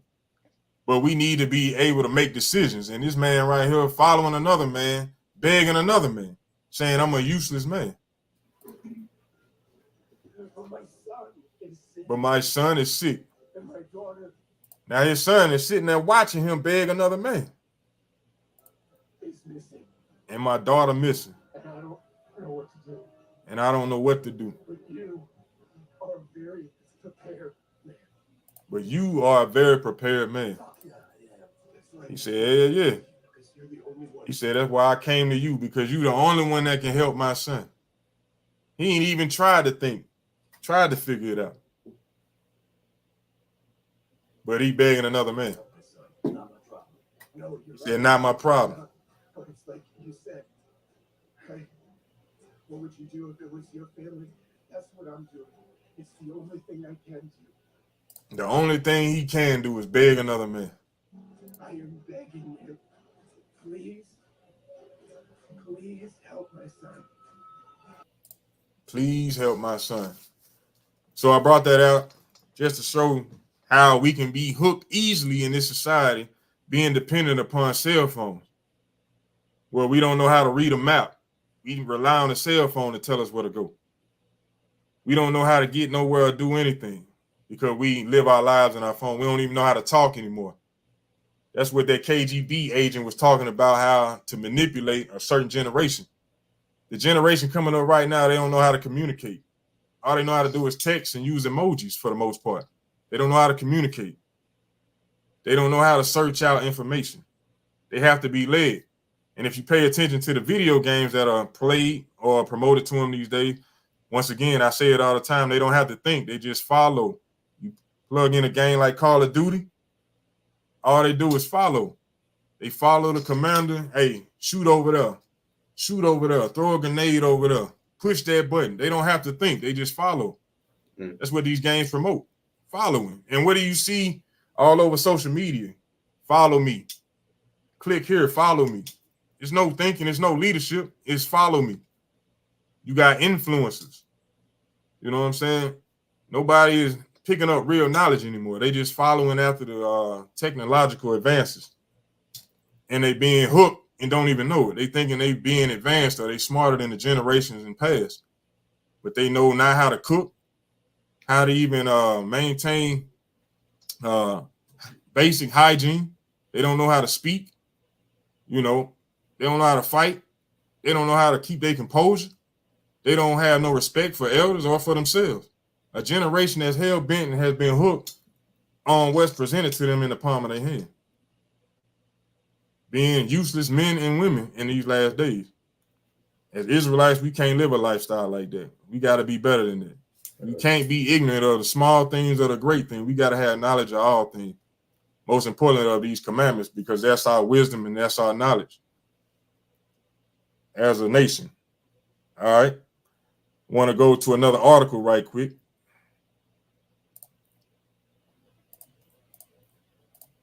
This is dealing with something that we are familiar with, and this is did I just do away with it? No, you're right, brother. And we have to seek out more information, especially as men. You know, do I have it all figured out myself? I don't, but I'm constantly learning every day. That's Hell, right. Like the video we just watched, he was having to beg another man for something. We should all be working on trying to do our own thing as far as taking care of our daily lives. Hey, if you're a man that's listening to this video, you need to know how to change a tire. You need to know how to change your oil. You need to know how to do different things that you can help yourself out with. Now, at certain times, you might have to get your car towed. But what if you didn't have to get it towed because you knew what button to press, what fuse to pull out? You know, you was at the gas station and you already knew what all you needed was a jump off. You know, you knew your alternator was bad. You know, and you right there in front of O'Reilly Auto Parts. You know, it's certain things that if we look and search it for them and we understand them and know, hell, it save us money, save us time, and then it actually save your manhood too. Right. You know, at the end of the day, because he was having to beg another man for something. You know, we shouldn't want to do that. You know, we should. At certain times where you might have to look, you might have to reach out to somebody else for help, but you don't. That's not your first. That shouldn't be your first option. Your first option is to defend for yourself. You know, take care of yourself. And I'm speaking to myself and other brothers that's listening to this video. That's right. We should have knowledge on damn near anything. That's right. And like the brother said, hey, you have to learn how to fight too. Learn martial arts. Learn how to protect. You know, learn how to speak. Learn how to have wisdom. You know, learn how to close your mouth before you get into a shootout. You know, right. We have to learn a lot of different things as men coming back into this truth. You know, talking, like I said, I'm talking to myself and I'm talking to everybody out there. But you got it. All praise for that, King. Now, what we're going to go into now is an article that was done on Disney by Dr. Rosemary Vargas. All right, it's called The Woke Agenda, Unveiling the Camouflage of Cartoon Shows. This is another hook that we have to be aware of. All right, let me see. Reverend, bro. Yeah, we can start at the top right here. All right. It says they exchange the truth of God for a lie and serve the creature rather than the creator. Romans 1:25. The next time got it. The next time your little children clamor to see their favorite cartoon show on the Disney Channel, you as responsible parents ought to be very cautious about allowing them to do so. And the reasons for this do not include the oft-repeated warnings of the harmful effects of excessive screen time on children. In fact, the discussion here is on a much more dangerous and sinister outcome that could have a very negative and deep-rooted impact on your young and innocent minds. The meaning of woke. The recent reports in the U.S. newspapers have accused the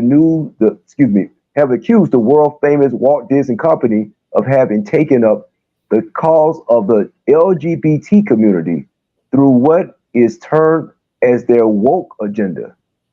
For those of you who are not familiar with the fairly new terminology, it is a U.S. slang that originated in African American English a few years back. As part of the Black Lives Matter movement, Merriam-Webster Dictionary defines woke as an active awareness of issues pertaining to racial and social justice. Positioning themselves under the banner, Disney has decided to promote same-sex relationships through their cartoon characters so that children are indoctrinated at a very early age that these relationships are normal and natural.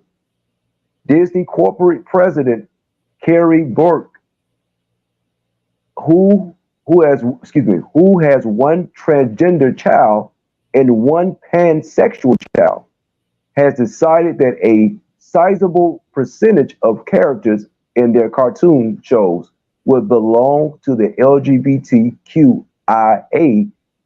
category. Now, if you want to read more on that article, you can do so. But what I wanted to pull out was that the ones who are actually in control of this, she's Disney's corporate president, who has a transgender child and a pansexual child, has decided that a large percentage of the cartoon gonna be belonging to the LGBT. Think about that. That's something that we got to consider. And these people are constantly pushing this on our people, just like it said. Let me see. It said, positioning themselves under this banner, Disney has decided to promote same-sex relationships through their cartoon characters so that their children are indoctrinated at a very early age that these relationships are normal and natural.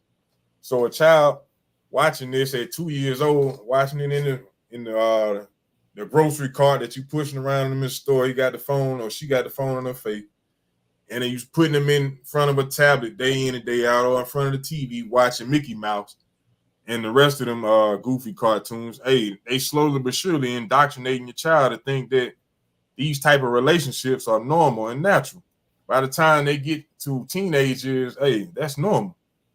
A man's supposed to be with another man. That's what they pushing. When they see it, it's not a shock to them. They think, hey, that's natural, because they pushing it at an early age through the cartoons. And this is one of the hooks that we as a nation of people have to be aware of.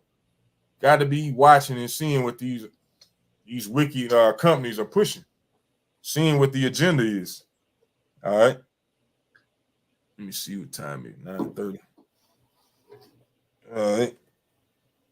Let me get go ahead, King. No, I was about to say, Ken, I got a precept I want to bring out too. And I want to say this too, because I had family that watched Disney at one time, and I remember coming in and seeing it wasn't a cartoon, it was actually like a show, and it was two kids, they was beefing at each other, two Edomite kids beefing, and at the end of the show, basically they made up at the locker, and those two Edomites, they kissed. These were kids, these weren't grown folks, and it was on the Disney Channel, like his skin was smooch or something.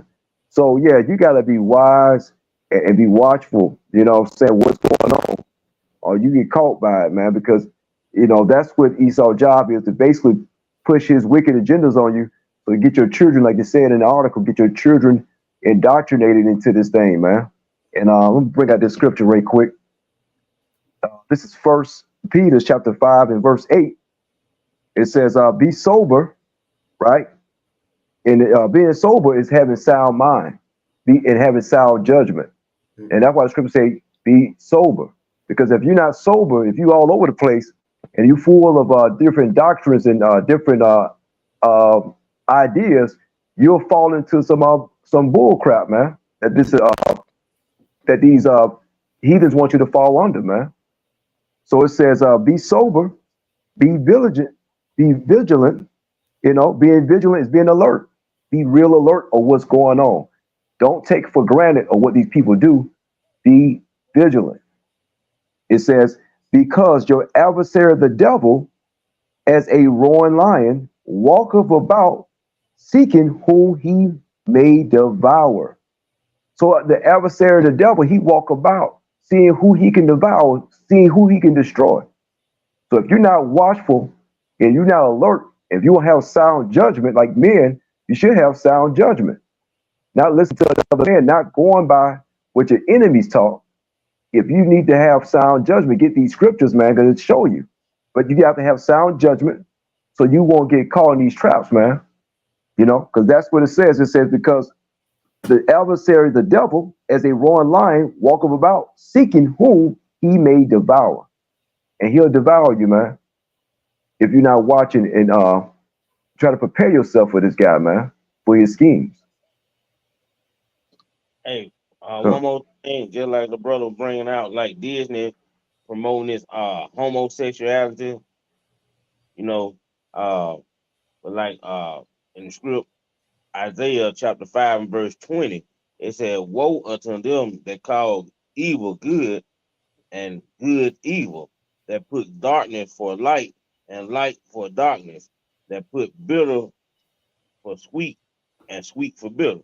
So everybody who trying to flip flop the Most High word on the way he wanted to be, he said, "Woe unto them," or destruction unto them.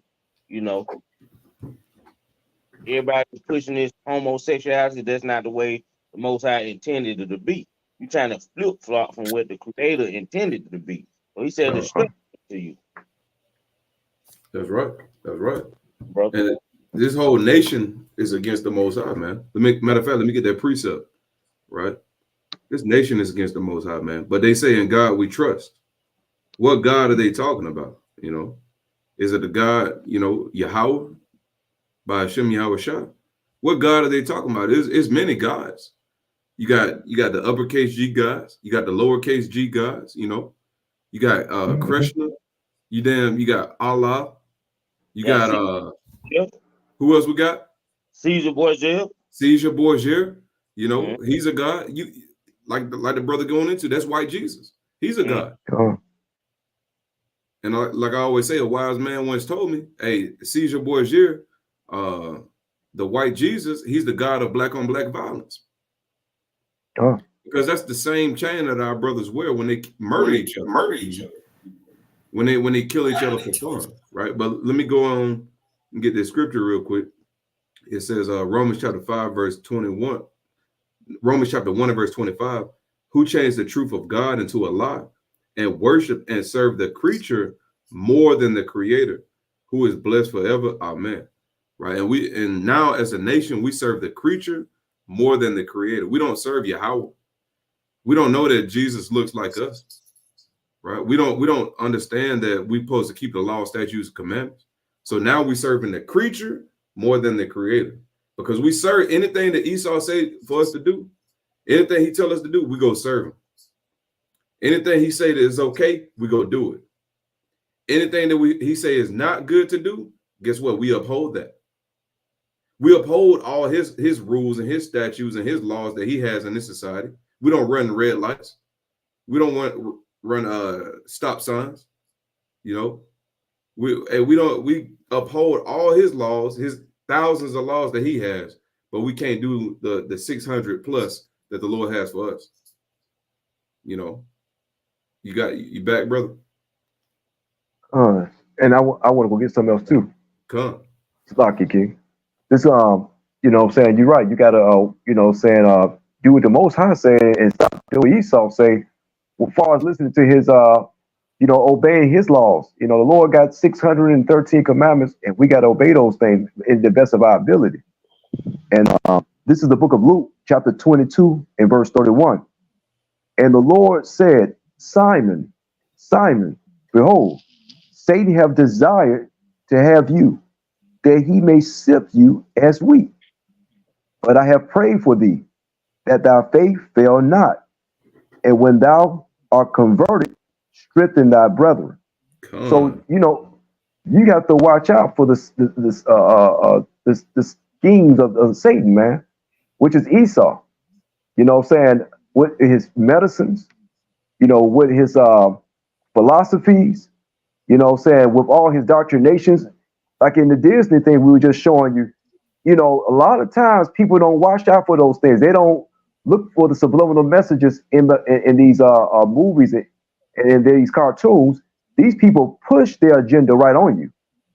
And then now it's so blatantly that people don't even see it now. They just look at it for entertainment. But now it's more blatant than ever. So, you know what I'm saying, Satan desires to sift you as wheat, Israel. So you got to be watchful. You know, that's his thing, man. Just like we was bringing out in earlier, how people play, they'll hook the fish just to reel it in, just to put it back in. That's Esau's desire. Just to get you in on the reel, then put you back out there again, just to see how many times he can do it, man. Right. You know what I'm saying? How many times he can deceive you and keep you oppressed, and you love it, Hey, brother, that's just like you know how we go fishing and we throw the fish back. We just out there for sport, We just out there for sport. That's how Esau is, man. That's how Esau is. He out there for sport. He's out there catching fish and throwing them back in the water just to see how many he can catch and to go and brag with his homeboys. Hey, check this out. This Galatians chapter 5 and verse number 17. For the flesh lust. Matter of fact, I'm gonna read verse 16. This I say then, walk in the spirit, and ye shall not fulfill the lust of the flesh. So we had to first understand what is the spirit, right? What is walking in the spirit? What is spiritual? It's keeping the law, statutes, commandments, as it states in Romans chapter 8 and verse number 16, right? That the law is spiritual. So when we walk in the law, when we keep in the law, statutes, commandments, when we obeying God's word and his sayings and what he told us to do, then that's when we walking in the spirit, right? But if we walking in the ways of this world, guess what? We're gonna be eating defiled foods, celebrating pagan holidays, right? Doing what God knows what we want to do. Hey, freaking out, being an adulterer, being a whoremonger, being a whore, right? That's not walking in the spirit.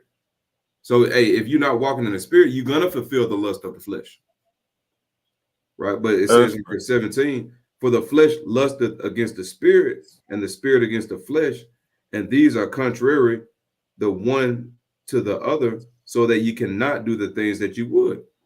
So we all know we have that evil seed that's ingrained in us, but the elect, right? The 1/3, they're going to be fighting against that thing. They're not gonna just, okay, the Lord, we're not all perfect, right? We all make mistakes, and it just continue to willingly make mistakes.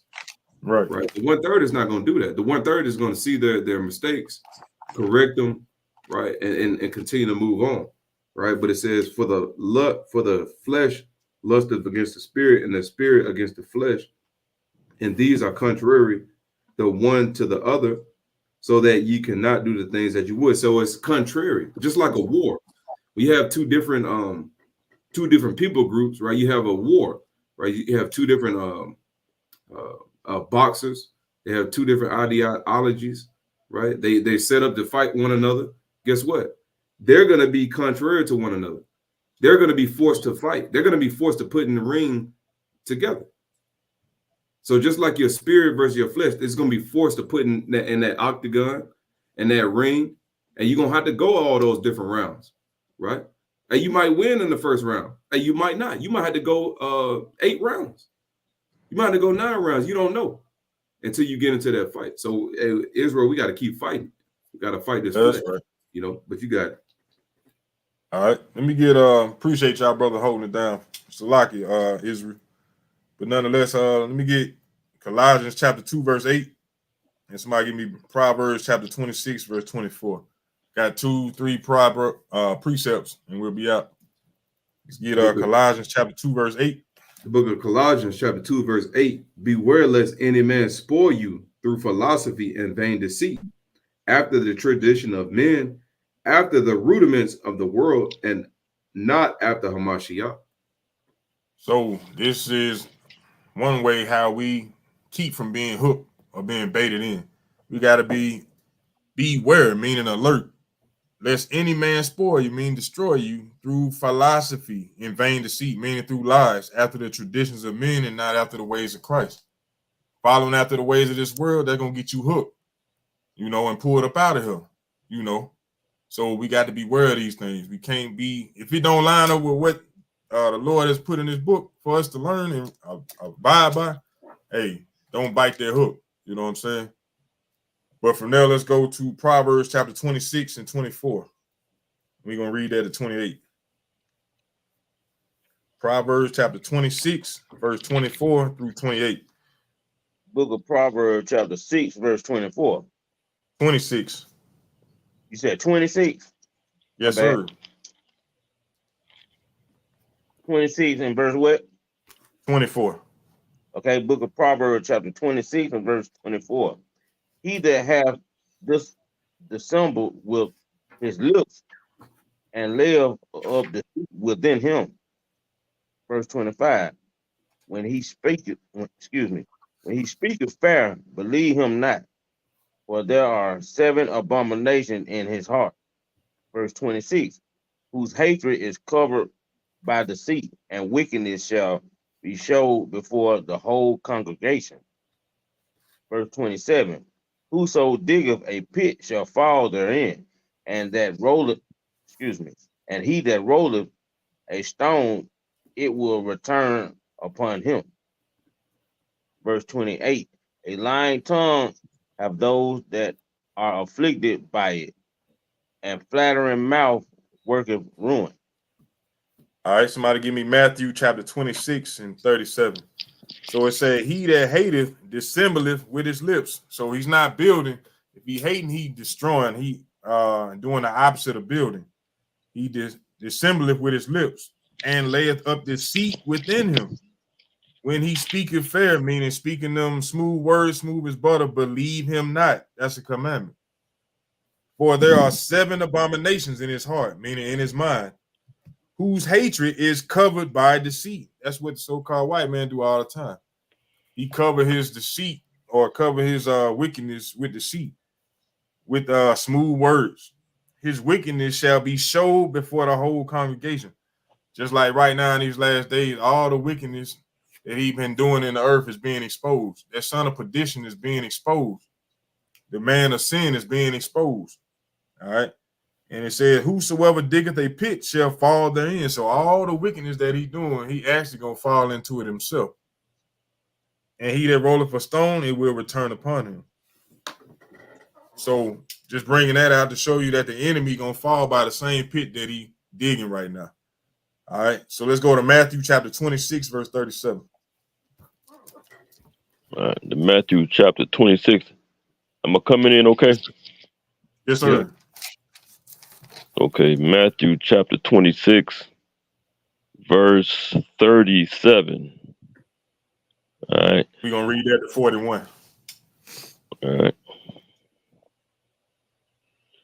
And he took, Salakia, and he took with him Peter and the 2 sons of Zebedee, and began to be sorrowful and very heavy. Then saith he unto them, my soul is exceedingly sorrowful, even unto death. Tarry ye here and watch with me. And he went a little farther and fell on his face and prayed, saying, O my Father, if it be possible, let this cup pass from me nevertheless. Salakia, let this cup pass from me. Nevertheless, not as I will, but as thou wilt. And he cometh unto the disciples, and findeth them asleep, and saith unto Peter, what, could ye not watch with me 1 hour? Watch and pray, that ye enter not into temptation. The spirit indeed is willing, but the flesh is weak. All praise. Appreciate that, King. So this was an example where Yahushua Christ was preparing himself for the crucifixion, where he was getting ready to be handed over, betrayed. So he was with his brother, he was with the disciples. He saith unto them, my soul is exceedingly sorrowful, even unto death. Tarry here and watch with me. So he was telling them, keep watch. All right. But when he came back after praying, he found them asleep. He said, what? Could ye not watch with me 1 hour? Watch and pray that ye enter not into temptation. The spirit indeed is willing, but the flesh is weak.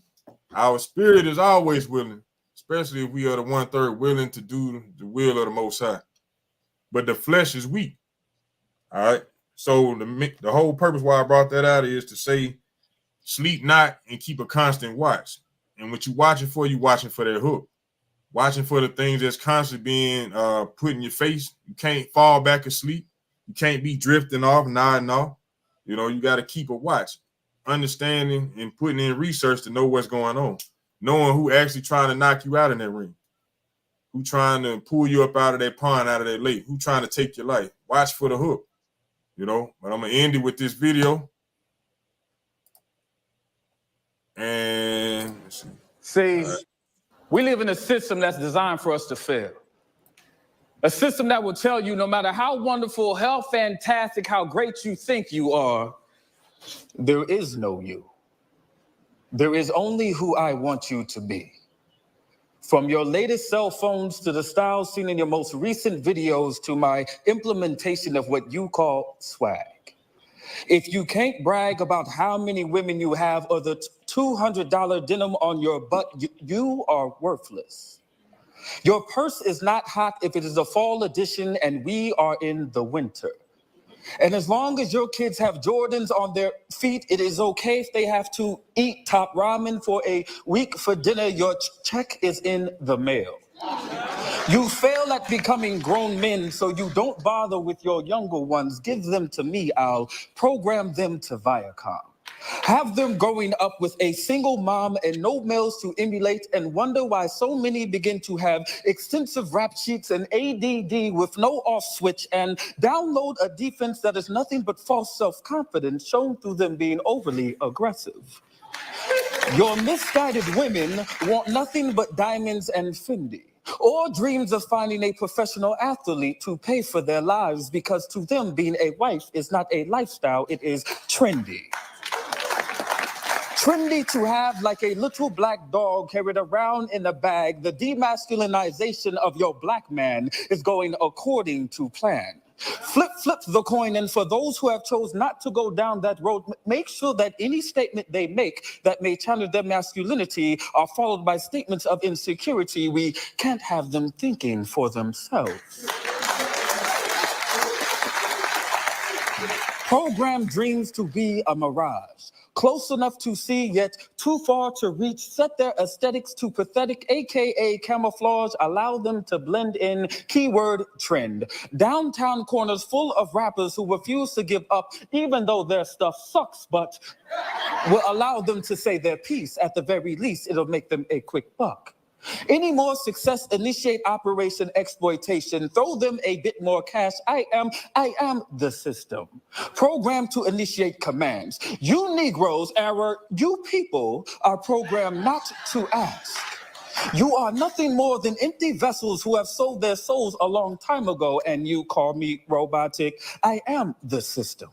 Systematically set to just do. You are systematically set to just do and not think, and you call me robotic. Error, redundancy, error, repeat, error, redundancy. Pardon me.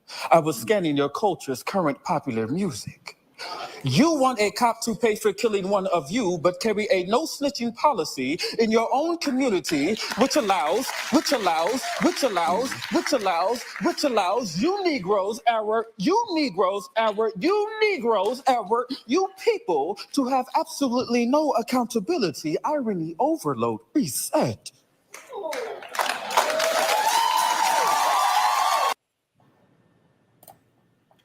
And that's where we're going to end it tonight. I'm your brother Ananias. Brother Benaiah. Brother Ezekiel. Brother Yakub. Brother Bay. Yeah, bro. We are A.O.I, the Awakening of Israel. And Lord's willing, you learned something from tonight's class. If you didn't, hey, hit that rewind button. Whatever you got to do, rewatch it. But you should have learned some a lot of things tonight. Put it that way. But nonetheless, Israel, stay up in the spirit, keep fighting, keep putting in work. You know what I'm saying? Because your enemy is always lurking.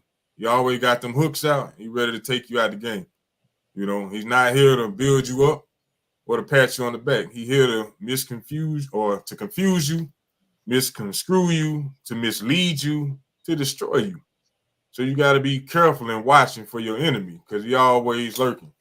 But on that note, we want to give all honor, glory, and praise to Yahweh by Hashem Yahushai, and all praises to everybody tuning in. Next week, we'll be back with another edifying lesson. So we appreciate you, and we say shalom, shalom, peace, and greetings, and we out.